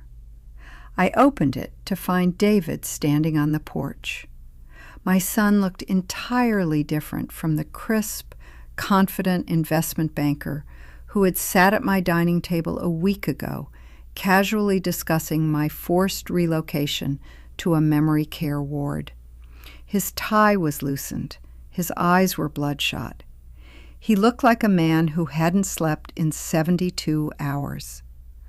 "Mom," David breathed, leaning slightly against the doorframe, as if the effort of standing upright was exhausting him. "David," I said calmly. I did not step aside to let him in. I remained standing in the doorway, blocking his path. "To what do I owe the pleasure?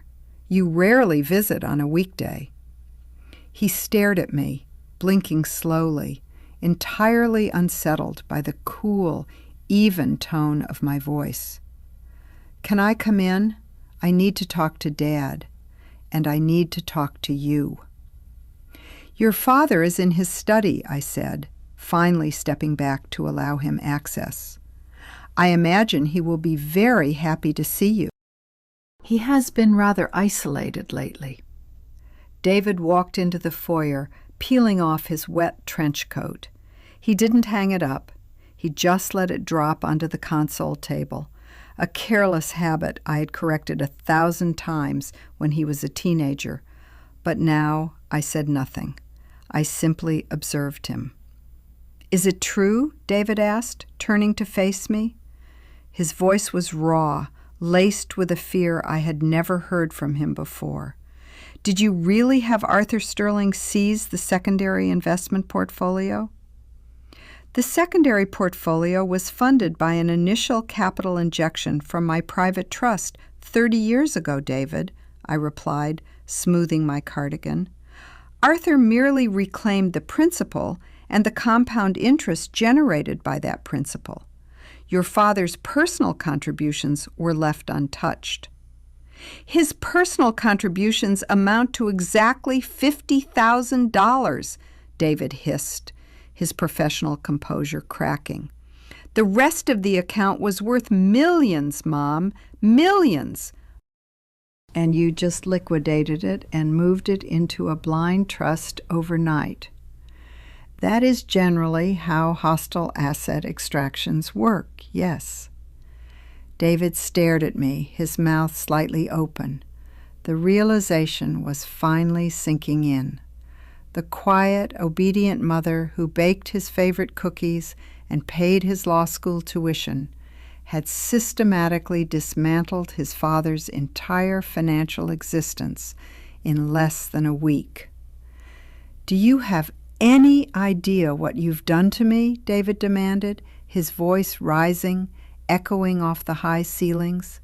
"That portfolio was the cornerstone of my managed accounts at the firm. When millions of dollars vanished without warning, the senior partners initiated a full forensic audit of my entire department. They think I committed wire fraud to hide assets for Dad." I looked at my son. I felt a profound, heavy sadness settle in my chest, but I did not let it reach my face. "Did you?" I asked quietly. David froze, His eyes darted away from mine. What? Did you commit wire fraud, David? I asked again, my voice softer, but carrying the unmistakable weight of a blade. Over the years, as you managed your father's money, did you ever help him move funds from the joint accounts into private offshore accounts to hide them from me? Accounts Arthur Sterling might have noticed during his forensic sweep? David swallowed hard. His face went entirely pale. The aggressive, demanding posture vanished, replaced by the terrified silence of a little boy who had just been caught stealing from the cookie jar. He had. Of course he had. David and Richard were cut from the exact same cloth. They believed women were meant to be managed, pacified, and kept in the dark, while the men handled the real business of the world. David had helped his father skim money from my trust for years, assuming I would never notice, assuming I was too frail or too foolish to ever look at a ledger. Arthur Sterling is a very thorough man, I said softly, stepping closer to my son. If there are irregularities in your father's accounts, Arthur will find them. And if your signature is on those transfers, I imagine your senior partners will not be very forgiving. Mom, please, David whispered, his voice cracking. The arrogance was completely gone, replaced by naked, desperate panic. If the firm reports this to the SEC, I'll lose my license. I could face criminal charges. I could go to prison. He reached out, trying to grab my hands, instinctively seeking the maternal comfort he had relied on his entire life. I took a slow, deliberate step backward. I did not let him touch me. I am so very sorry, David, I said, my voice perfectly steady. But as you pointed out at dinner last week, I am simply an overwhelmed, elderly woman experiencing cognitive decline.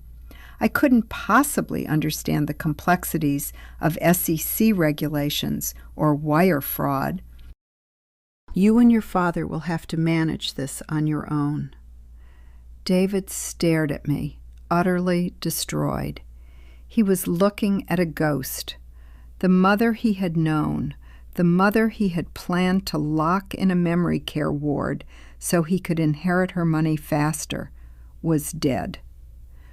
Before he could speak again, the heavy mahogany door of the study opened at the end of the hall.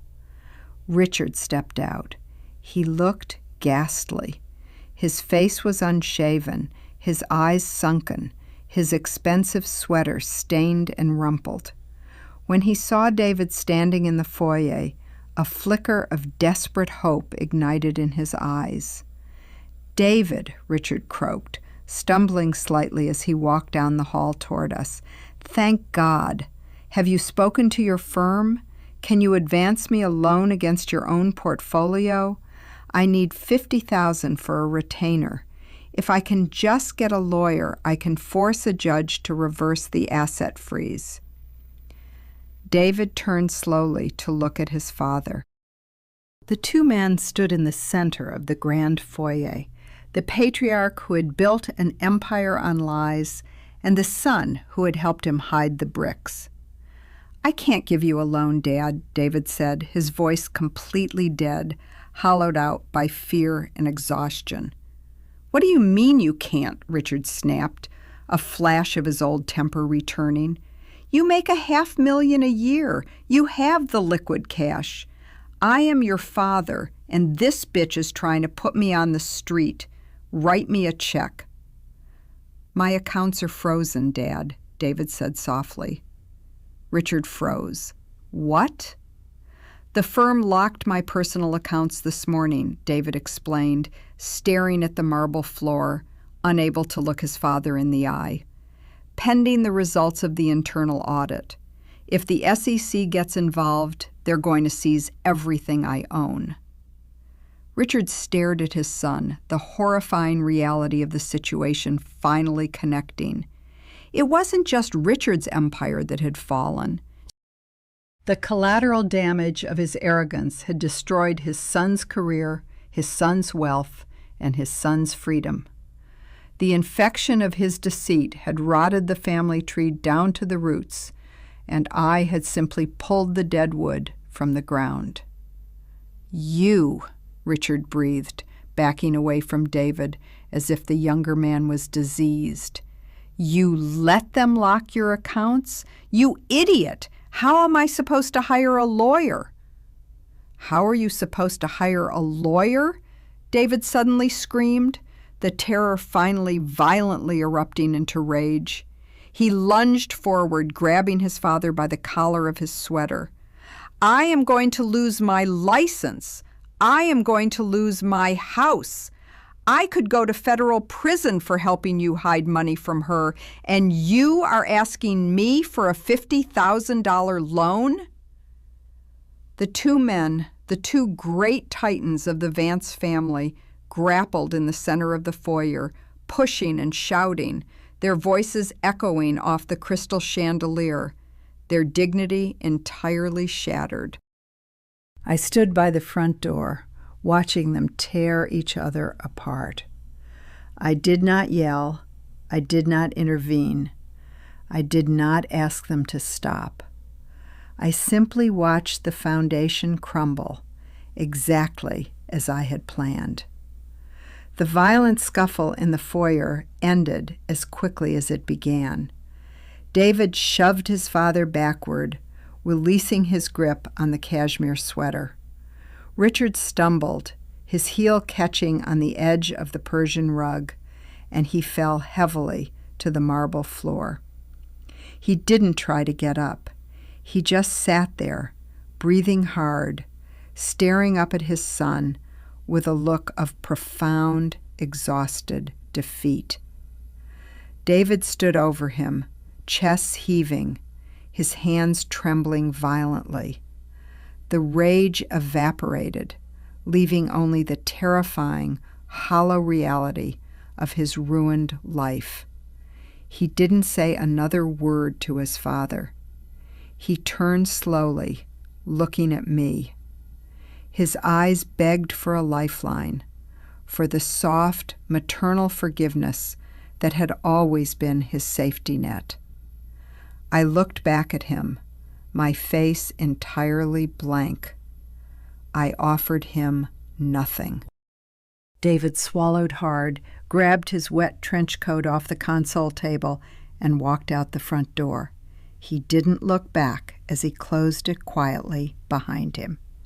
The house plunged back into its suffocating silence. I looked down at Richard.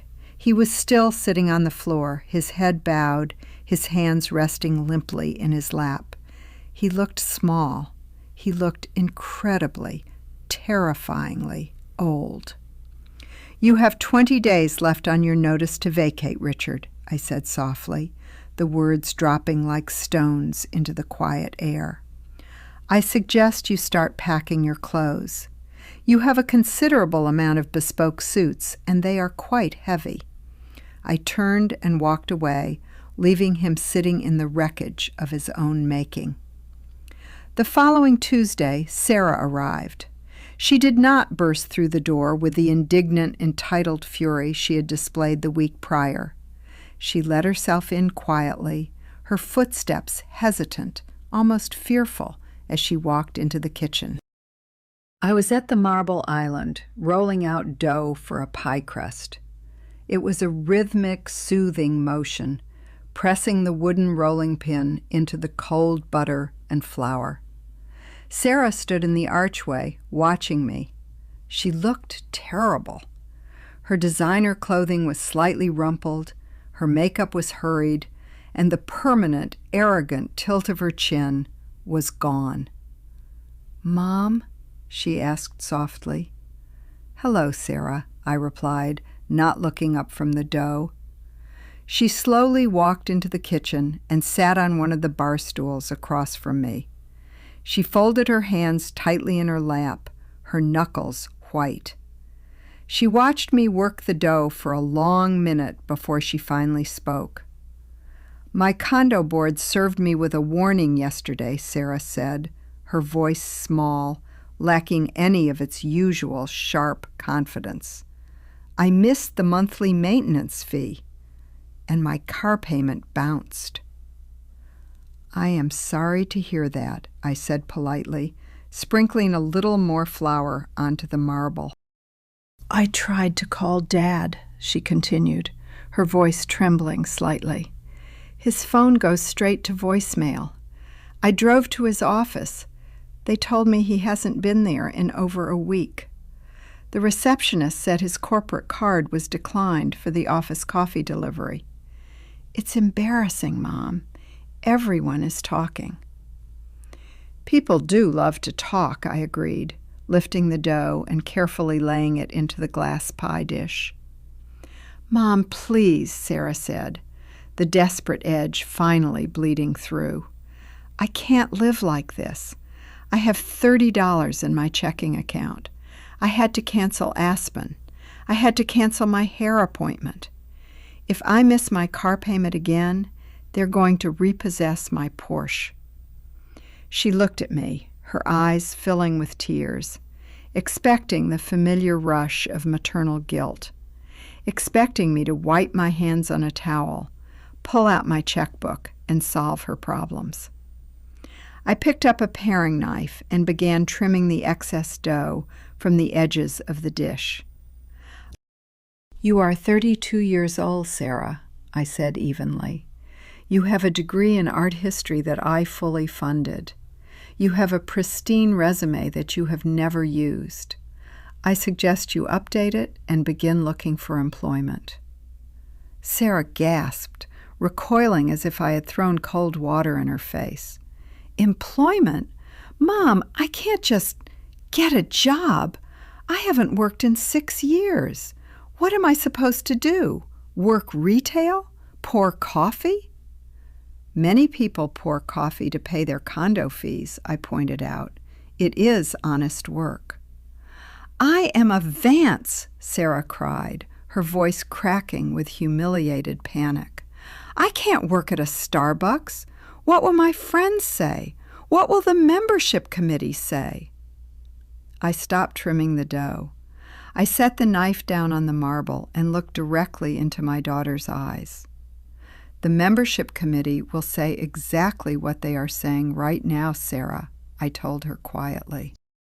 That your father was a fraud who spent 50 years pretending to be a self-made titan while living off his wife's private trust, and that you are a spoiled, ungrateful daughter who thought her mother was nothing more than an ATM and a free babysitter. Sarah flinched, the tears finally spilling over her cheeks. That's not fair, she whispered, her voice breaking. I love you.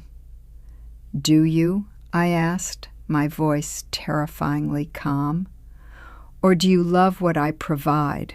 Because last week you sat at the dining room table and casually agreed to have me legally declared incompetent and locked in a memory care ward simply so your father could maintain uninterrupted control of the family finances.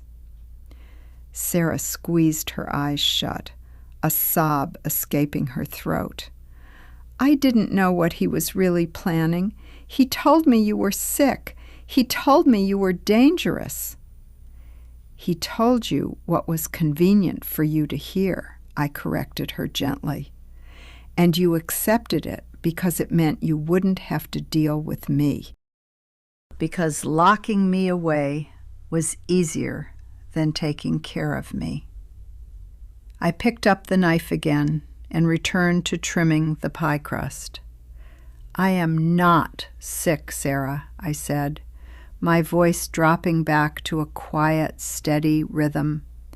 I am not dangerous, and I am no longer funding your life. You have a decision to make. You can either sell your Porsche and pay your condo fees, or you can let the bank repossess it.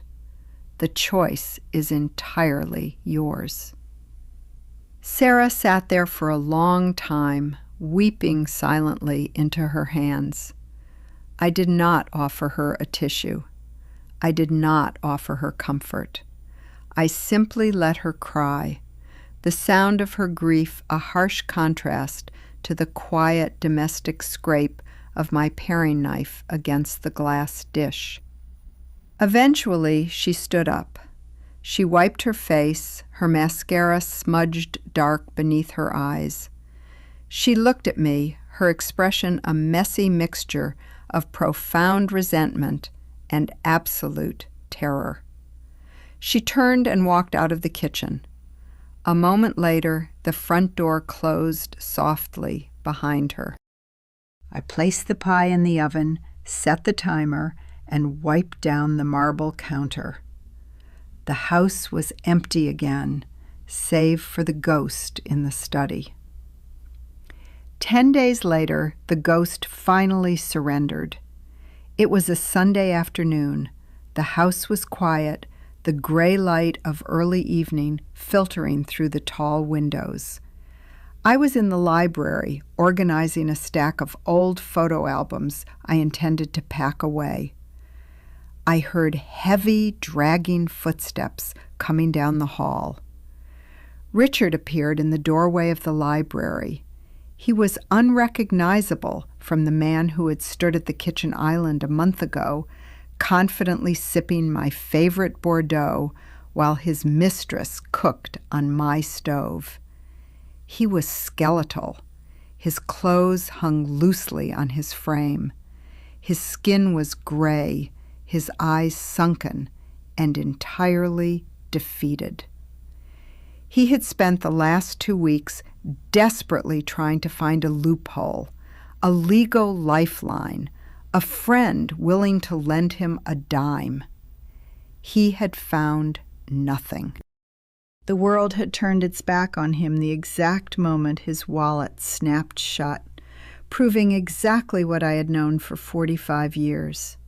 Richard Vance was only loved for what he could buy. He stood in the doorway, staring at me. "Clara," he whispered, his voice incredibly hoarse, as if he hadn't spoken out loud in days. "Yes, Richard," I replied, not looking up from the photo album in my lap. "My brother," Richard swallowed hard, his throat clicking audibly in the quiet room. "My brother wired me $2,000 this morning. It's all he had. It's enough for a security deposit on a small apartment in Newark, a studio." I turned a page in the album. It was a photo of Richard standing on the lawn of the estate 30 years ago, holding a glass of champagne, grinning arrogantly at the camera. "Newark is a lovely city," I said smoothly. "I am sure you will find it very accommodating." Richard slowly walked into the room, stopping a few feet from my chair. He looked down at me, the last shred of his pride finally shattering, leaving him entirely exposed. "Please, Clara," Richard begged, a single tear cutting a path down his gray, unshaven cheek. He slowly sank to his knees on the Persian rug. "Please, I am 69 years old. I have nothing. My firm pushed me out because of the scandal with David's audit. Evie is gone. My friends won't return my calls. I have nothing but a suitcase of clothes and a bus ticket to Newark." He reached out, his trembling hands grasping the edge of my chair. "I am sorry," he sobbed, his chest heaving, the sound raw and pathetic. "I am so sorry for everything, for the mistress, for the conservatorship. I was arrogant. I was stupid. Please, Clara, don't make me leave. Let me stay. I'll sleep in the carriage house. I won't bother you.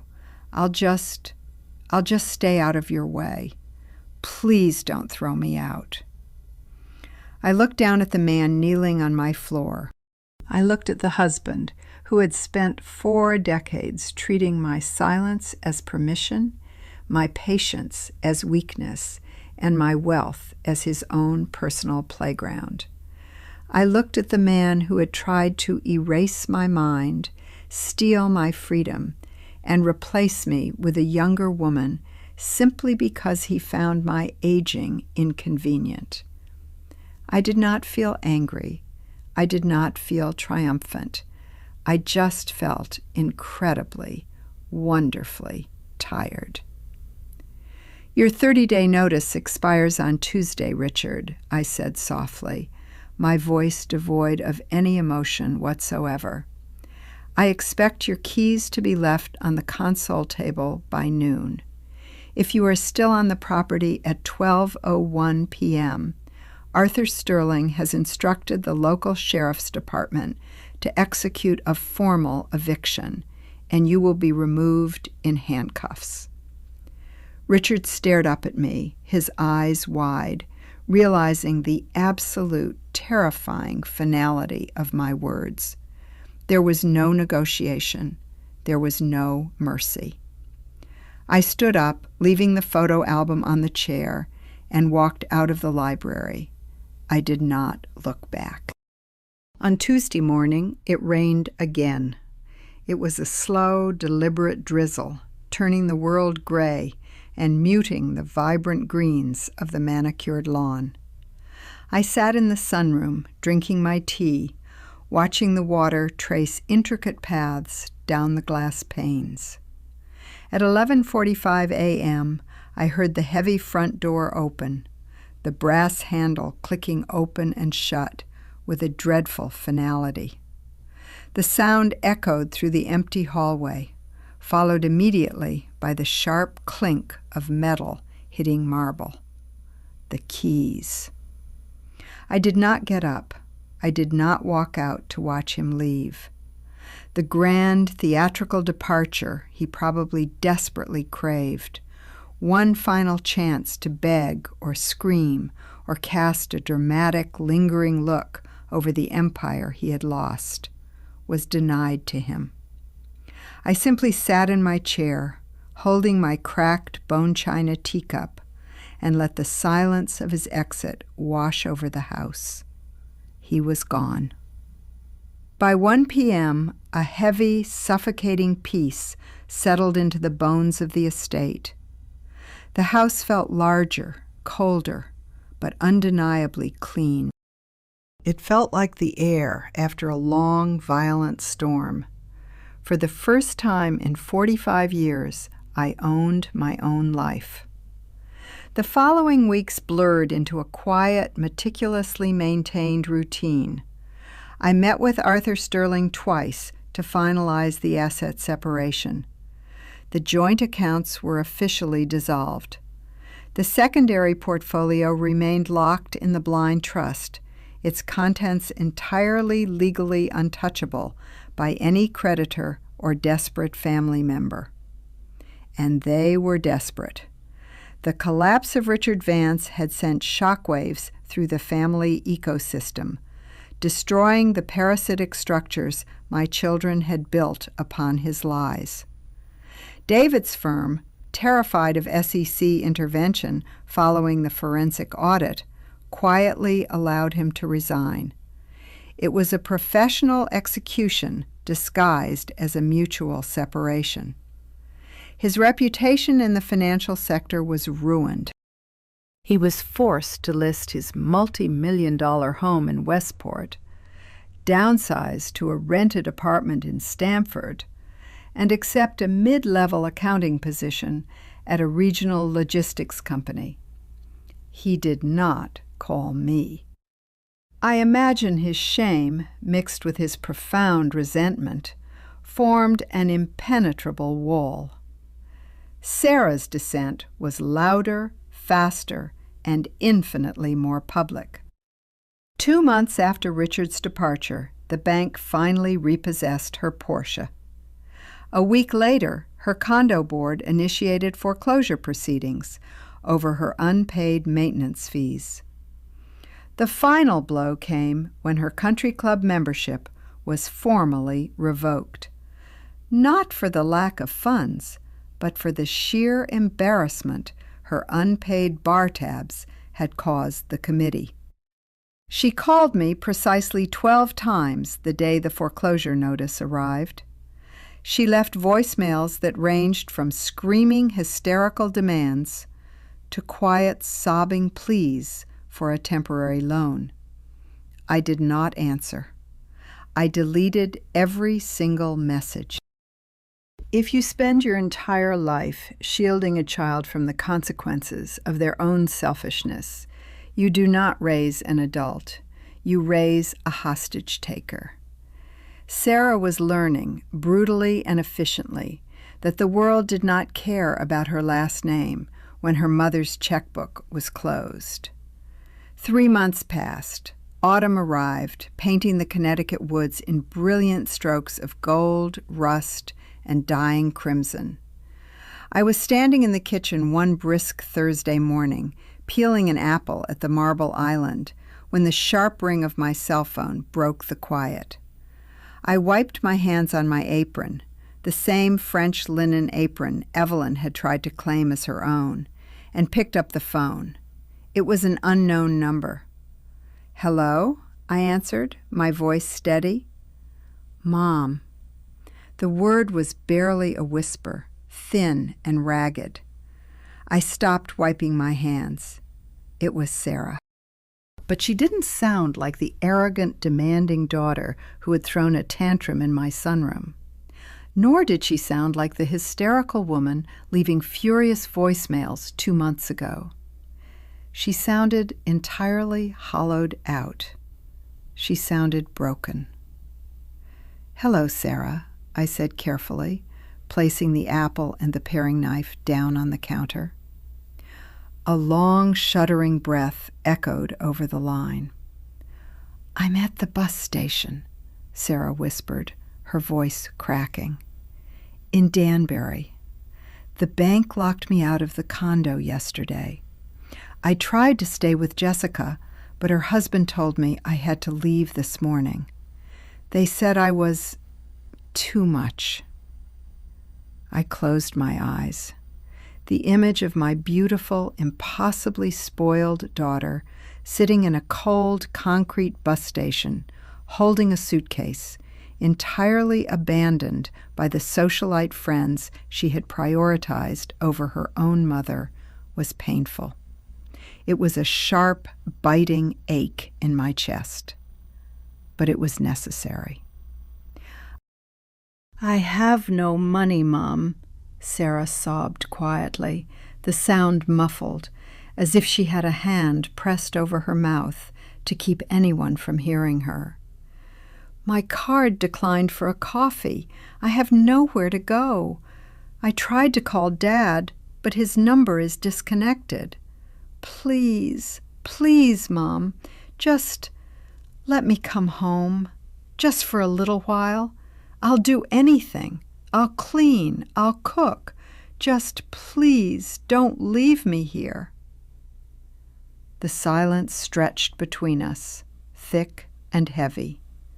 45 years of maternal instinct screamed at me to tell her yes, to drive to Danbury, pick her up, wrap her in a warm blanket, and bring her back to her childhood bedroom, to forgive the betrayal, to ignore the cruelty, to resume my role as the silent, suffering foundation of her life, simply because it was easier than watching her suffer.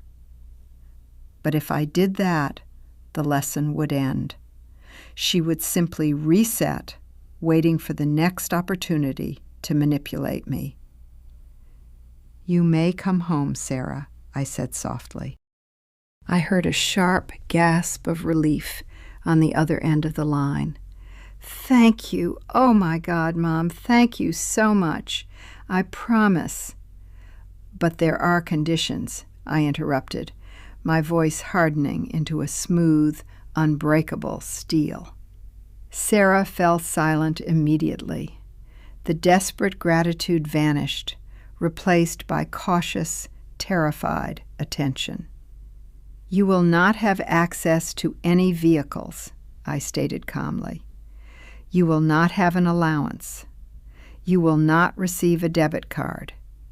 You will surrender your passport to Arthur Sterling for safekeeping. Mom, I am speaking, Sarah. I cut her off gently. You will take the guest room above the carriage house. It has a small kitchen, and you will be responsible for preparing your own meals. You will be responsible for maintaining the grounds.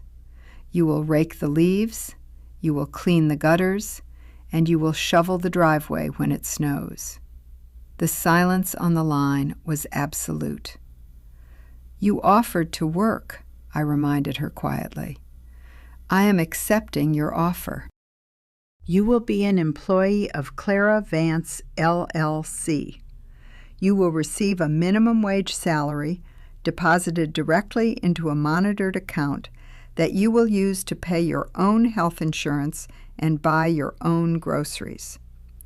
If you fail to fulfill your duties, your employment will be terminated and you will be evicted. You want me to be the groundskeeper? Sarah whispered, horrified. The sheer indignity of the proposition was physically choking her. The woman who had thrown a tantrum over a declined country club card was being ordered to rake her mother's lawn for minimum wage. I am offering you a job and a place to sleep, Sarah, I replied evenly. If you find the terms unacceptable, you are free to decline. I hear the bus to New York City is quite affordable. The silence stretched for another long, agonizing minute. I could practically hear the war raging inside her head, the dying screams of her entitlement violently clashing with the cold, brutal reality of her starvation. Okay, Sarah finally whispered, her voice completely dead. I accept the terms. Very well, I said. I will have Arthur's office draft the employment contract. I will send an Uber to collect you. Please wait outside the station. I ended the call. I stood in the quiet kitchen looking at the half-peeled apple on the marble island. I had not rescued my daughter. I had hired her. I had forced her to earn the ground beneath her feet, entirely stripping her of the unearned arrogance her father had instilled in her. It was cruel. It was cold. It was devastating. And it was the only way she would ever survive. Sarah arrived 3 hours later. She did not walk through the front door of the main house. Following the precise instructions Arthur Sterling had emailed to her, along with her employment contract, the Uber dropped her off at the end of the gravel driveway. She walked the final 200 yards, dragging a single, scuffed suitcase. I watched her from the window of the library. She walked slowly, her shoulders hunched against the crisp autumn wind. She did not look toward the main house. She headed straight for the carriage house, her head bowed, navigating the overgrown path she had ignored for her entire life. She had signed the contract digitally before the car arrived. Arthur had confirmed receipt. Sarah was officially an employee, bound by strict stipulations that forbade her from entering the main house without an explicit invitation. She was living on the estate, but she was exiled from the family. The first 2 weeks were agonizing to watch. From my sunroom window, I observed my daughter attempt manual labor for the first time in 32 years. She was awkward, frustrated, and deeply incompetent. She raked the leaves into messy piles that the wind immediately scattered. She struggled to lift the heavy bags of mulch I had ordered for the flower beds. She dropped her phone in a puddle, cried for 20 minutes sitting on the edge of a stone planter, and then slowly went back to work. I did not go out to help her. I did not send her a warm cup of tea. I watched her blister her hands, ruin her expensive manicures, and learn the brutal, silent language of physical exhaustion. On the third Friday of her employment, I invited her to the main house for an inspection.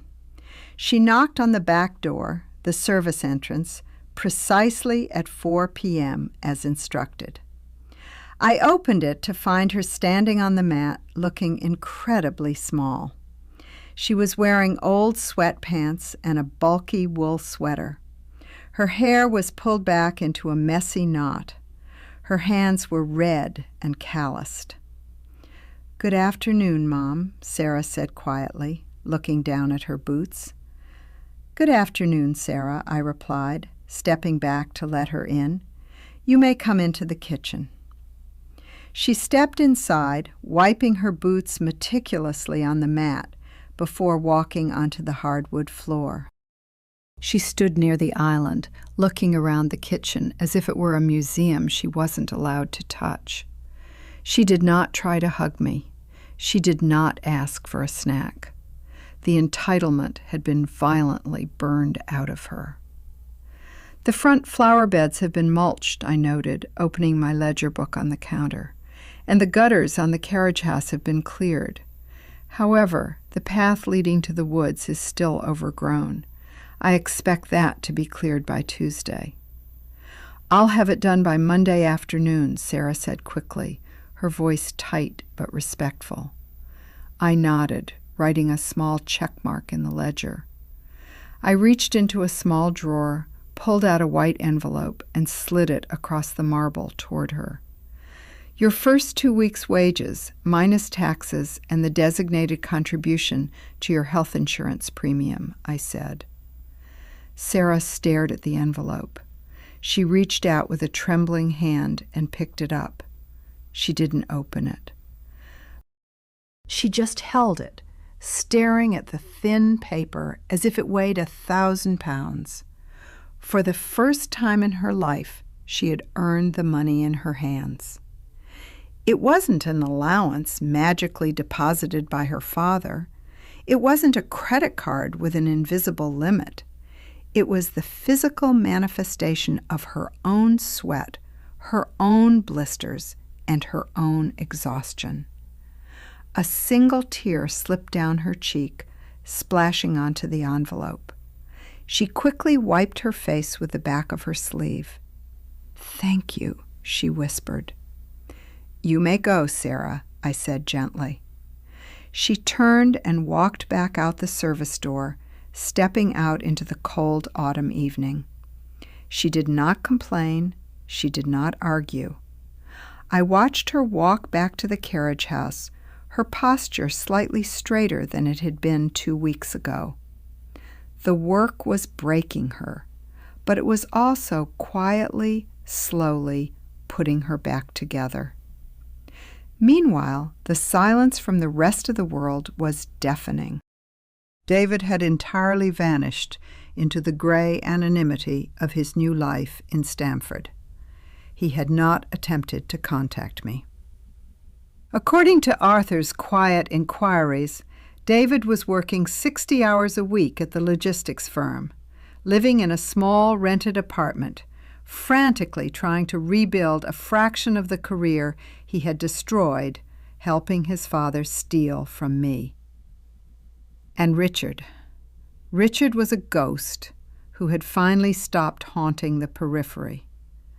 Since the day he dropped his keys on the console table and walked out into the rain, I had heard absolutely nothing. No desperate letters from cheap lawyers, no furious voicemails, no attempts to manipulate his way back into the estate. Arthur's private investigator had tracked him to Newark, confirming Richard had moved into the tiny studio apartment funded by his brother's pity loan. After that, the trail simply went cold. A man who spends his entire life relying on the wealth and influence of others becomes entirely invisible when those resources are removed.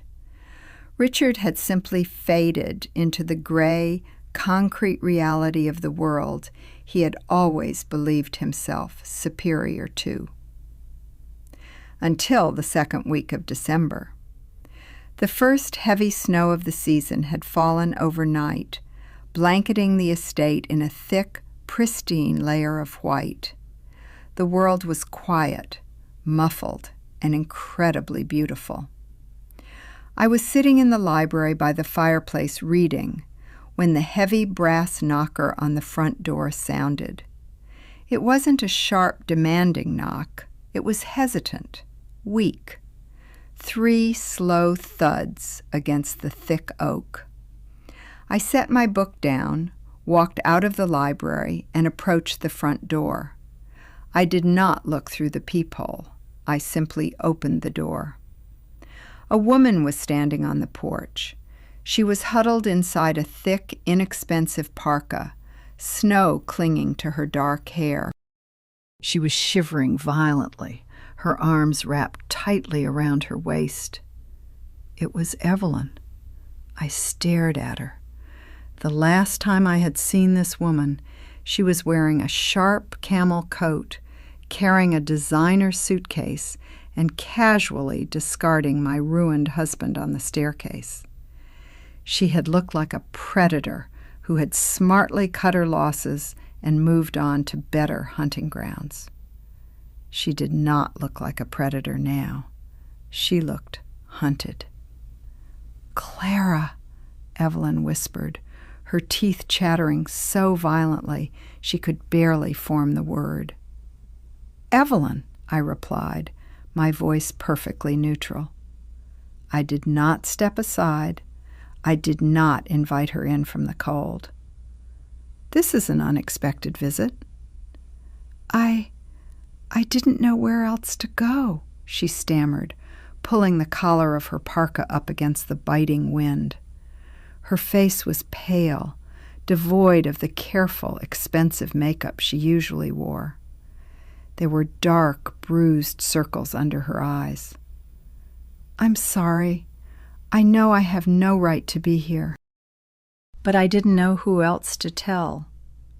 I frowned slightly, a cold spike of unease settling in my chest. "Tell me what, Evelyn?" Evelyn swallowed hard, looking down at the snow-covered porch. She reached into her pocket with a trembling, gloved hand and pulled out a small, crumpled piece of paper. She held it out to me. "It's Richard," Evelyn whispered, her voice cracking.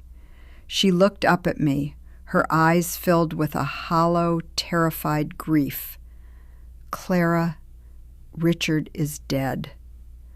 I did not take the crumpled paper from her hand. I simply looked at it, the wind whipping the edges of the cheap, blue-lined notebook paper.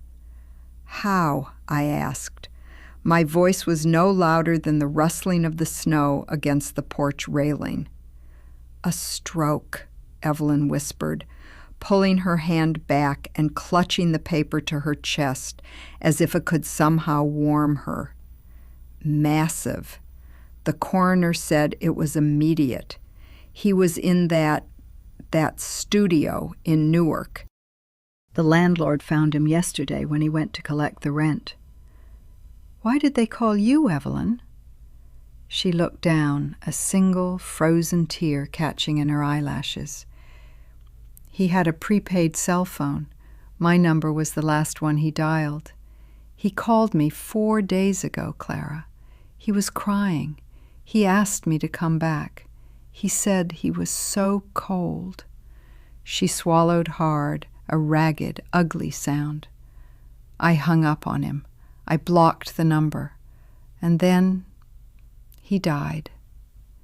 She was looking at me, her wide, haunted eyes silently begging for absolution. She wanted the wronged wife to forgive the mistress. She wanted me to tell her it wasn't her fault, to release her from the suffocating guilt of knowing she had abandoned a drowning man simply because he no longer had a boat. But I am not a priest, and my front porch is not a confessional. "You made a financial calculation, Evelyn," I said softly, my voice devoid of malice, but equally devoid of comfort. You invested in a man who lied about his capital. When the market crashed, you liquidated your shares. You owe him nothing, and you owe me nothing." Evelyn stared at me, her breath pluming in the freezing air. She realized in that moment that I was entirely untouchable.